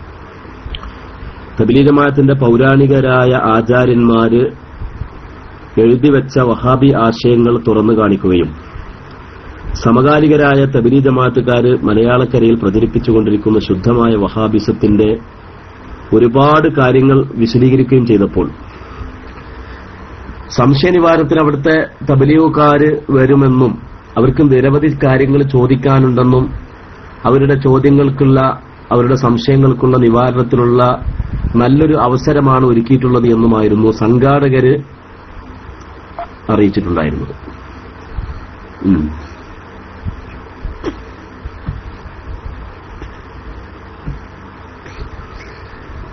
ആ അടിസ്ഥാനത്തിൽ തബ്ലീഗ് ജമാഅത്തിന്റെ പ്രവർത്തകർ സംശയം ചോദിക്കാൻ വരും എന്നാണ് പ്രതീക്ഷിച്ചിട്ടുണ്ടായിരുന്നെങ്കിലും, പക്ഷേ അവിടെ പരിസരത്തുള്ള തബ്ലീഗുകാരും വന്നില്ലെങ്കിലും മൂവാറ്റുപുഴക്കാരനായ മുഹമ്മദ് ഉവൈസ് എന്ന് പറയുന്ന ഒരു സഹോദരൻ, അദ്ദേഹം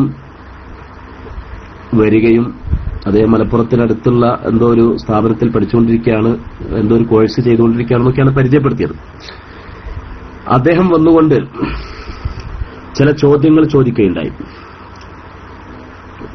ആ ചോദ്യത്തിൽ പ്രസക്തമായൊരു ചോദ്യം വന്നത്, ഇസ്തിഗാസ ജായിസാണ്, അത് അനുവദനീയമാണെന്നൊക്കെ പറയുന്നത് ഇമാം അബുൽ ഹസനുൽ അശ്അരി റളിയല്ലാഹു തആല അൻഹുവിന്റെ തരീഖത്താണെന്നും അതേസമയത്ത് ഇസ്തിഗാസ ഹറാമാണ്, അത് തെറ്റാണ് എന്നാണ് അബൂ മൻസൂറുൽ മാതുരീദി റളിയല്ലാഹു അൻഹുവിന്റെ തരീഖത്തെന്നും ആ അബൂ മൻസൂറുൽ മാതുരീദി റളിയല്ലാഹുവിന്റെ തരീഖത്ത് അനുസരിച്ചിട്ടാണ് പഴയകാലത്തുള്ള തബ്ലീഗിന്റെ ആചാര്യന്മാർ അവരുടെ ഗ്രന്ഥങ്ങളിൽ എഴുതി വെച്ചിട്ടുള്ളത് എന്നും അബുൽ ഹസൻ അശ്ശരിയുടെയും മാതുരീദിയുടെയും രണ്ട് തരീഖത്തുകളും നമ്മൾ അംഗീകരിക്കുന്നവരാണല്ലോ സുന്നികൾ. അതുകൊണ്ട് ഈ രണ്ട് തരീഖത്തും ഈ രണ്ട് മാർഗവും ഒരുപോലെ അംഗീകരിക്കപ്പെടണമെന്നും അദ്ദേഹം വാദിക്കുകയുണ്ടായി. ആ സമയത്ത് ഞാൻ പറഞ്ഞു, നിങ്ങൾ ആ വാദിച്ചത് തികച്ചും തെറ്റാണ്. അതൊരു ഉദ്ധരണി കൊണ്ട് നിങ്ങൾക്ക് സ്ഥാപിക്കാൻ സാധിക്കുമോ? ഈ വിഷയത്തിൽ ഇസ്തിഗാസയുടെയും തവസ്സുലിന്റെയും വിഷയത്തിൽ, തൗഹീദിന്റെയും ശിർക്കിന്റെയും കാര്യത്തിൽ മഹാനായ അബുൽ ഹസൻ അശ്അരി റളിയല്ലാഹു തആല അൻഹുവിന്റെ തരീഖത്തിനെ സമസ്ത കേരള ജംഇയ്യത്തുൽ ഉലമ പിന്തുടരുമ്പോൾ ഉത്തരേന്ത്യൻ വഹാബിസത്തിന്റെ ആദ്യകാല പതിപ്പായ ആളുകൾ അവര് മാതുരീദി ഇമാമിന്റെ വഴിയെയാണ് പിന്തുടർന്നിട്ടുള്ളത് എന്നും നിങ്ങളുടെ വാദം ഒരു കിതാബിന്റെ ഉദ്ധരണി കൊണ്ട് നിങ്ങൾക്ക് സമർത്ഥിക്കാൻ സാധിക്കുമോ? നിങ്ങൾ സ്വന്തമായി വാദിക്കുകയല്ലാതെ നിങ്ങൾക്ക് സാധ്യമല്ല. അതുകൊണ്ട് നിങ്ങൾ ആ പറഞ്ഞത് തെറ്റാണ്, ശരിയല്ല എന്ന് ഞാൻ വളരെ വ്യക്തമായിട്ട് അദ്ദേഹത്തോട് പറഞ്ഞപ്പോൾ അദ്ദേഹം ഞാനത് തെറ്റാണ് പറഞ്ഞത്, ഞാൻ പറഞ്ഞത് ശരിയല്ല എന്ന് അദ്ദേഹം തിരുത്തുകയുണ്ടായി. പിന്നീട് അദ്ദേഹം ആ മുഹമ്മദ് ഉവൈസ് എന്ന് പറയുന്ന മനുഷ്യൻ ഒരു വളരെ പ്രസക്തമായ ഒരു ചോദ്യമാണ് ചോദിച്ചത്. അദ്ദേഹം പറഞ്ഞു, മർക്കസു സഖാഫത്തി സുന്നിയക്ക് തറക്കല്ലിട്ട മക്കയിലുള്ള പണ്ഡിതനായിരുന്ന സയ്യിദ് മുഹമ്മദ് അലവി മാലിക്കി, മർക്കസു സഖാഫത്തി സുന്നിയക്ക് തറക്കല്ലിട്ട കാലത്ത് നിങ്ങൾ സമസ്തക്കാർ രണ്ട് വിഭാഗവും ഒരേ ആളുകളായിരുന്നല്ലോ. ഇരുവിഭാഗം ആളുകളും ഒരുപോലെ അംഗീകരിക്കുന്ന പണ്ഡിതനാണല്ലോ സയ്യിദ് മുഹമ്മദ് അലവി മാലിക്കി.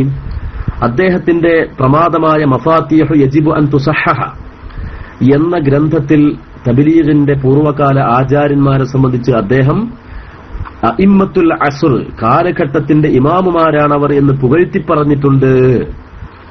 നിങ്ങൾ തബ്ലീഗ് ജമാഅത്തിന്റെ ആചാര്യന്മാരെ വിമർശിച്ച അതേ ആചാര്യന്മാർ നിങ്ങൾ അംഗീകരിക്കുന്ന പണ്ഡിതനായ സയ്യിദ് മുഹമ്മദ് അലവി മാലിക്കി തന്നെ അദ്ദേഹത്തിന്റെ മഫാഹിം യജിബു അൻ തുസഹഹ എന്ന ഗ്രന്ഥത്തിൽ വളരെയധികം പുകഴ്ത്തി പറഞ്ഞിട്ടുണ്ട്, ഇമാമുൽ അസ്ർ എന്നുവരെ രേഖപ്പെടുത്തിയിട്ടുണ്ട് എന്ന് അദ്ദേഹം അവിടെ വാദിക്കുകയുണ്ടായി. ആ സമയത്ത് ഞാൻ പറഞ്ഞു, മഫാത്തിഹു യജിബു അൻ തുസഹഹ എന്ന സയ്യിദ് മുഹമ്മദ് അലവി മാലിക്കിയുടെ ആ ഗ്രന്ഥത്തിൽ അങ്ങനെ പറഞ്ഞിട്ടേ ഇല്ല, അങ്ങനെ ഒരു പരാമർശം ഇല്ല എന്ന് ഞാൻ ശക്തമായി അവിടെ പറയുകയുണ്ടായി. ആ സമയത്ത് അയാൾ പറഞ്ഞു, അങ്ങനെ പറഞ്ഞിട്ടുണ്ട്. ഞാൻ പറഞ്ഞു, പറഞ്ഞിട്ടില്ലേ ഇല്ല. അപ്പോൾ അദ്ദേഹം പറഞ്ഞു, അങ്ങനെ പറഞ്ഞിട്ടില്ല എങ്കിൽ നിങ്ങൾ അങ്ങനെ പറഞ്ഞിട്ടില്ല എന്ന് നിങ്ങൾ അങ്ങനെ പറഞ്ഞിട്ടുണ്ടെങ്കിൽ നിങ്ങൾ എന്ത് ചെയ്യുമെന്ന് എന്നോട് ചോദിച്ചു. ഞാൻ പറഞ്ഞു, എങ്കിൽ ഞാൻ തബ്ലീഗ് ആയിക്കോളാന്ന് പറഞ്ഞു.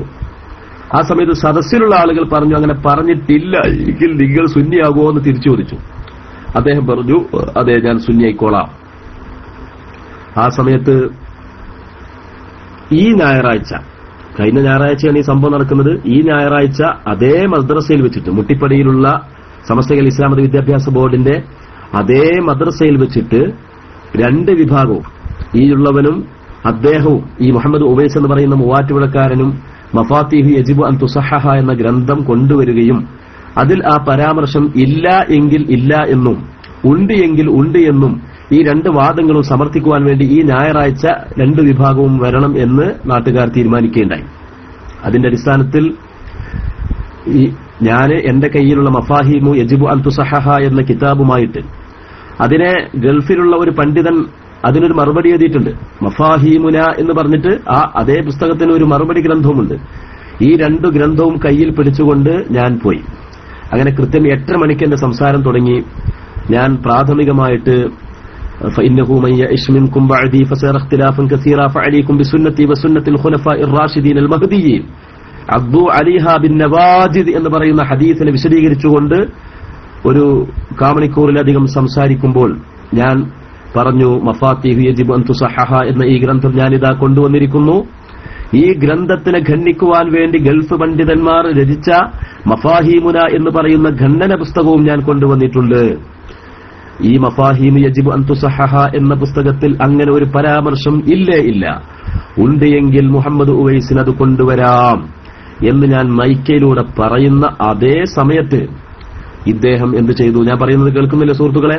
ഞാൻ പറയുന്നത് കേൾക്കാതിരിക്കുന്നുണ്ടോ? ഹലോ, ശ്രോതാക്കൾ പറയുന്നത് കേൾക്കുന്നുണ്ടോ ഇല്ലേ എന്നുള്ളതാണ് ചോദിക്കുന്നത്. കേൾക്കുന്നുണ്ടല്ലേ? നിങ്ങൾ കേൾക്കണില്ലെങ്കിൽ നമ്മൾ പറഞ്ഞിട്ട് കാര്യമില്ലേ, അതുകൊണ്ടാണ്. അങ്ങനെ അദ്ദേഹം ആ നിമിഷം അദ്ദേഹം എന്ത് ചെയ്തു? മഫാത്തീഹു യജിബു അൻ തുസഹഹ എന്ന് പറയുന്ന ആ ഗ്രന്ഥത്തിന്റെ 11ാമത്തെ പതിപ്പുമായിട്ടാണ് അദ്ദേഹം വന്നത്.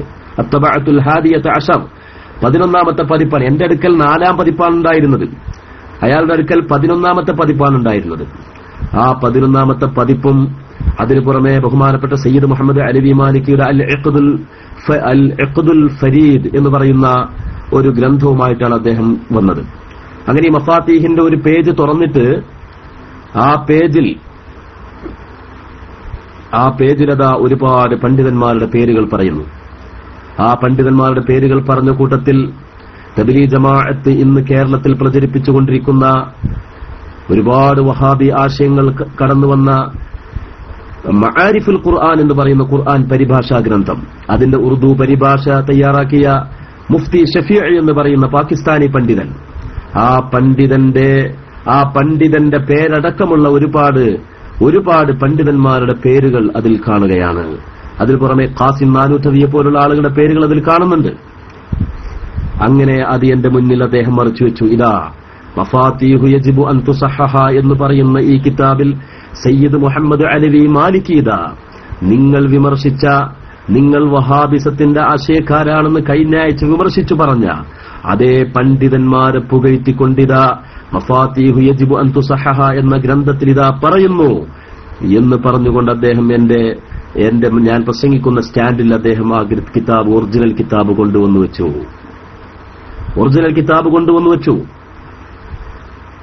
അങ്ങനെ അതിനു പുറമെ അൽ ഇഖ്ദുൽ ഫരീദ് എന്ന ഗ്രന്ഥത്തിൽ ഒരുപാട് ഇന്ത്യൻ പണ്ഡിതന്മാരുടെ പേരുകൾ, അതിൽ ഇല്യാസിയുടെ പുത്രനായ ഒരു പണ്ഡിതന്റെ പേരുണ്ട്, മറ്റു അനേകം പണ്ഡിതന്മാരുടെ പേരുകൾ രേഖപ്പെടുത്തിയതായിരിക്കുന്ന ആ ഗ്രന്ഥവും എന്റെ മേശപ്പുറത്ത് വെച്ചു. ഞാൻ അദ്ദേഹത്തോട് ഇരിക്കാൻ വേണ്ടി പറഞ്ഞു. എന്നിട്ട് ഞാൻ പറഞ്ഞു, ഇവിടെ നിങ്ങൾ കൊണ്ടുവന്നത് സയ്യിദ് മുഹമ്മദ് അലവി മാലിക്കിയുടെ മഫാത്തീഹു യജിബു അൻ തുസഹഹ എന്ന കിതാബ് അല്ല. നിങ്ങൾ കൊണ്ടുവന്നത് മഫാത്തീഹു യജിബു അൻ തുസഹഹ എന്ന് പറഞ്ഞ സയ്യിദ് മുഹമ്മദ് അലവി മാലിക്കിയുടെ കിതാബിനെ പുസ്തക പരിചയം നടത്താൻ വേണ്ടി തഖ്രീൽ എന്ന പേരിൽ ഒരു പാകിസ്ഥാനി പണ്ഡിതൻ എഴുതിയ ഒരു തഖ്രീലാണ് നിങ്ങൾ കാണിച്ചു തന്ന ഈ ഭാഗം. ഇത് ഒരിക്കലും തന്നെ സയ്യിദ് മുഹമ്മദ് അലവി മാലിക്കി എഴുതിയതല്ല, അദ്ദേഹത്തിന്റെ മഫാത്തിഹ് എന്ന കിതാബിന്റെ ഭാഗം അല്ല ഇത്. മറിച്ച് ഈ മഫാത്തിഹ് എന്ന കിതാബിനെ പുസ്തക പരിചയം എന്ന നിലയ്ക്ക് പരിചയപ്പെടുത്തിയ ഒരുപാട് പണ്ഡിതന്മാരുടെ തഖ്രീറുകളുടെ കൂട്ടത്തിൽ പാകിസ്ഥാനിലുള്ള ഒരു പണ്ഡിതന്റെ തഖ്രീർ മാത്രമാണ്, അഥവാ പുസ്തക പരിചയം മാത്രമാണ്. അത് ഒരിക്കലും തന്നെ മഫാത്തിഹു യജിബു അൻ തുസഹഹയിൽ പെട്ടത് അല്ല. മാത്രമല്ല സയ്യിദ് മുഹമ്മദ് അലവി മാലിക്കിയുടെ പുസ്തകത്തിൽ അങ്ങനെയുള്ള ഒരു പരാമർശം ഇല്ല എന്ന് പറഞ്ഞ സന്ദർഭത്തിൽ അയാൾ പറഞ്ഞു, തഖ്രീർ എന്ന് പറഞ്ഞാൽ എന്താണ്? അവതാരിക എന്നല്ലേ? അപ്പൊ ഈ പുസ്തകത്തിന് അവതാരിക എഴുതിയ ആള് നിങ്ങൾ വിമർശിച്ച പണ്ഡിതന്മാരെ അനുകൂലിച്ചു എന്നല്ലേ എന്ന് പറഞ്ഞപ്പോൾ ഞാൻ പറഞ്ഞു, ശരി, അപ്പൊ ഒരു കാര്യം നിങ്ങൾ സമ്മതിക്കണം, മഫാത്തീഹു യജിബു അൻ തുസഹഹയിൽ സയ്യിദ് മുഹമ്മദ് അലവി മാലിക് എഴുതിയിട്ടുണ്ട് എന്നല്ലേ കഴിഞ്ഞ ആഴ്ച നിങ്ങൾ പറഞ്ഞത്, അത് നിങ്ങൾ തിരുത്തണമെന്നാവശ്യപ്പെട്ടു. അങ്ങനെ ആവശ്യപ്പെട്ടപ്പോൾ, ശക്തമായി ആവശ്യപ്പെട്ടപ്പോൾ അയാൾ പറഞ്ഞു, ഞാനത് തിരുത്തി, കഴിഞ്ഞയാഴ്ച ഞാൻ പറഞ്ഞത് തിരുത്തി. എങ്കിലും തഖ്രീറിൽ അങ്ങനെയില്ലേ? തഖ്രീർ എന്ന് പറഞ്ഞാൽ അവതാരികയല്ലേ? ഒരു പുസ്തകത്തിന്റെ അവതാരിക ആ പുസ്തകത്തിന്റെ ആശയം തന്നെയല്ലേ എന്ന് പറഞ്ഞപ്പോൾ ഞാൻ പറഞ്ഞു, തഖ്രീർ എന്ന് പറഞ്ഞാൽ അവതാരിക എന്നല്ല. അവതാരികക്ക് അറബിയിൽ തഖ്ദീം എന്നാണ് പറയുക, അവതാരികക്ക് അറബിയിൽ തഖ്ദീം എന്നാണ് പറയുക, തഖ്രീർ എന്നല്ല. തഖ്രീർ എന്ന് പറഞ്ഞാൽ പുസ്തകത്തെ പ്രശംസിക്കുക, പുസ്തകത്തെ പരിചയപ്പെടുത്തുക എന്നാണ് ഇതിന്റെ അർത്ഥം. ആ സമയത്ത് അദ്ദേഹം പറഞ്ഞു, ഞാൻ BA അറബിക്ക് പാസ്സായ ആളാണ്, അതുകൊണ്ട് എനിക്ക് അറബി നന്നായി അറിയാം. തഖ്രീർ എന്ന് പറഞ്ഞാൽ അവതാരിക എന്നാണ് അർത്ഥം. ഞാൻ പറഞ്ഞു, തഖ്രീർ എന്ന് പറഞ്ഞാൽ അവതാരിക എന്ന അർത്ഥമില്ല, മറിച്ച് അതിന് പുസ്തകം പരിചയപ്പെടുത്തൽ എന്നേ അതിന് അർത്ഥമുള്ളൂ. അങ്ങനെ രണ്ടാളും അങ്ങോട്ടും ഇങ്ങോട്ടും വാദായി. അയാൾ പറഞ്ഞു അവതാരിക എന്നാണ് അതിന്റെ അർത്ഥം, ഞാൻ പറഞ്ഞു പുസ്തകം പരിചയപ്പെടുത്തുക എന്നാണ് അതിന്റെ അർത്ഥം. അങ്ങനെ അൽ മൻഹൽ ഡിക്ഷണറി കൊടുന്നു, പള്ളിയിൽ നിന്ന് അൽ മൻഹൽ ഡിക്ഷണറി കൊടുന്നു. തഖ്രീർ എന്ന ആ വാക്കിന്റെ അർത്ഥം പുസ്തകം പരിചയപ്പെടുത്തൽ എന്ന അർത്ഥം ഞാൻ അദ്ദേഹത്തിന് വായിച്ചു കൊടുത്തു. ആ സമയത്ത് അയാൾ പറഞ്ഞു, മോഡേൺ അറബിക് പ്രകാരം അവതാരിക എന്നാണ് ഇതിന്റെ അർത്ഥമെന്ന് അയാൾ വാദിച്ചു. ഞാൻ പറഞ്ഞു, എന്റെ വാദത്തിന് ഞാൻ അൽ മൻഹൽ ഡിക്ഷണറി മറിച്ചുകൊണ്ട് തെളിവുദ്ധരിച്ചു. നിങ്ങളുടെ വാദത്തിന് തെളിവ് പറയൂ, ഏതെങ്കിലും ഒരു ഉദ്ധരണി കൊണ്ട് തെളിവ് പറയൂ. തെളിവ് പറയാതെ നിങ്ങളുടെ സ്വന്തം വാദം ഇവിടെ അംഗീകാരമല്ല എന്ന് പറഞ്ഞപ്പോൾ അദ്ദേഹത്തിന് തെളിവ് കൊണ്ടുവരാൻ സാധിച്ചില്ല. മോഡേൺ അറബിയാണെന്നൊക്കെ കുറെ പറഞ്ഞു നോക്കി, മോഡേൺ അറബിയാണെന്ന് പറഞ്ഞു നോക്കി. പക്ഷെ അതിനെന്താണ് തെളിവ് എന്ന് ചോദിച്ചപ്പോൾ ആ തെളിവ് സമർപ്പിക്കാനോ അയാൾക്ക് സാധിച്ചില്ല. പിന്നീട് ഞാൻ പറഞ്ഞു, ഒരു പുസ്തകത്തെ പ്രശംസിച്ചുകൊണ്ട് പുസ്തക പരിചയം ആ പുസ്തകത്തിൽ ഏതെങ്കിലും പ്രസ്സുകാർ ചേർത്തിട്ടുണ്ട് എങ്കിൽ അതൊരിക്കലും തന്നെ ആ പുസ്തകത്തിന്റെ സാക്ഷാൽ രചയിതാവിന്റെ ഉത്തരവാദിത്വത്തിൽ വന്നുകൊള്ളണം എന്നില്ല. ആ സമയത്ത് അയാൾ പറഞ്ഞു, അങ്ങനെയാണെങ്കിൽ ഒരു വഹാബി ഒരു പുസ്തകം എഴുതിയാൽ ചെറുശ്ശേരി ഉസ്താദ് അതിനെ പ്രശംസിച്ചുകൊണ്ട് എഴുതുമോ എന്ന് ചോദിച്ചു. അദ്ദേഹം ചോദിച്ചതാണ്, ഒരു വഹാബി ഒരു പുസ്തകം എഴുതിയെന്ന് വിചാരിക്കുക, എന്നാൽ ചെറുശ്ശേരി ഉസ്താദ് അതിനെ പ്രശംസിച്ചുകൊണ്ട് എഴുതുമോ എന്ന് ചോദിച്ചു. അങ്ങനെ എഴുതിയാൽ തന്നെ ആ വഹാബിയുടെ പുസ്തകത്തിൽ കൊടുക്കാൻ ചെറുശ്ശേരി ഉസ്താദിന് കൊടുക്കാൻ സാധിക്കുമോ എന്ന് ചോദിച്ചു. ഞാൻ പറഞ്ഞു, നിങ്ങളുടെ ആ ഉദാഹരണം ശരിയല്ല, അങ്ങനെയല്ല ഉദാഹരണം പറയേണ്ടത്. ചെറുശ്ശേരി ഉസ്താദ് ഒരു പുസ്തകം എഴുതി. ചെറുശ്ശേരി ഉസ്താദ് സുന്നത്ത് ജമാഅത്തിന്റെ അഖീദകൾ സലക്ഷ്യം വിശദീകരിച്ചുകൊണ്ട് ഇസ്തിഗാസയെയും തവസ്സുലിനെയും തബറുക്കിനെയും തശഫുഇനെയും അതുപോലെ അല്ലാഹുവിന്റെ റസൂലിന്റെ മഹാത്മ്യത്തെയും അമ്പിയാക്കളുടെ ആത്മീകതയെയും വിശദീകരിച്ചുകൊണ്ട് അതിനെ തെളിവുദ്ധരിച്ചുകൊണ്ട് അതിനെ സമർത്ഥിച്ചുകൊണ്ട് അതിനെ സലക്ഷ്യം വിശദീകരിച്ചുകൊണ്ട് ഒരു പുസ്തകം എഴുതിയാൽ ആ പുസ്തകത്തിൽ പറഞ്ഞത് 100% ശരിയാണെന്നും ആ പുസ്തകത്തിൽ പറഞ്ഞത് കേരളത്തിലുള്ള KM മൗലവിയും EK മൗലവിയും അബ്ദുസലാം സുല്ലമിയും സക്കരിയ സുലാഹിയും എല്ലാം അതിനെ അംഗീകരിക്കുന്നു എന്ന് പറഞ്ഞുകൊണ്ട് ഒരു വഹാബി ഒരു ലേഖനം എഴുതിയാൽ അത് ചെറുശ്ശേരി ഉസ്താദിന്റെ പുസ്തകത്തിൽ കൊടുക്കുന്നതിന് എന്താ കുഴപ്പം? ചെറുശ്ശേരി ഉസ്താദ് സുന്നത്ത് ജമാഅത്തിന്റെ ആശയങ്ങൾ വിശദീകരിച്ചുകൊണ്ട് എഴുതിയ, സുന്നത്ത് ജമാഅത്തിന്റെ എല്ലാ ആശയങ്ങളും സത്യസന്ധമാണെന്ന് വളരെ സലക്ഷ്യം വിശദീകരിച്ചുകൊണ്ട് എഴുതിയ ഒരു പുസ്തകം, ആ പുസ്തകത്തിൽ പറഞ്ഞത് മുഴുവൻ 100% ശരിയാണെന്നൊരു വഹാബി അംഗീകരിക്കുന്നത് മാത്രമല്ല, കേരളത്തിലുള്ള വഹാബി നേതാക്കളെല്ലാം അത് അംഗീകരിച്ചിട്ടുണ്ട് എന്നും അയാൾ എഴുതുകയാണ്. എന്നാൽ അത് ചെറുശ്ശേരി ഉസ്താദിന്റെ പുസ്തകത്തിൽ കൊടുക്കുന്നതിന് ഒരു വിരോധവുമില്ല. വഹാബികൾ പോലും ചെറുശ്ശേരി ഉസ്താദിന്റെ പുസ്തകത്തെ അംഗീകരിക്കുന്നു എന്നല്ലേ അതിന്റെ അർത്ഥം. അല്ലാതെ വഹാബി നേതാക്കളുടെ ആശയങ്ങളെയോ വഹാബി നേതാക്കളെയോ ചെറുശ്ശേരി ഉസ്താദ് അംഗീകരിച്ചു എന്നെങ്ങനെയാണ് അതിന്റെ അർത്ഥം വരിക? ചെറുശ്ശേരി ഉസ്താദിന്റെ ആശയങ്ങൾ വഹാബികൾ അംഗീകരിച്ചു എന്ന് വന്നതുകൊണ്ട് വഹാബികളുടെ ആശയം ചെറുശ്ശേരി ഉസ്താദ് അംഗീകരിച്ചു എന്നെങ്ങനെ നിങ്ങൾ മനസ്സിലാക്കുക? അതിലെന്തർത്ഥമാണുള്ളത് എന്ന് ഞാൻ തിരിച്ചു ചോദിക്കുകയാണ്.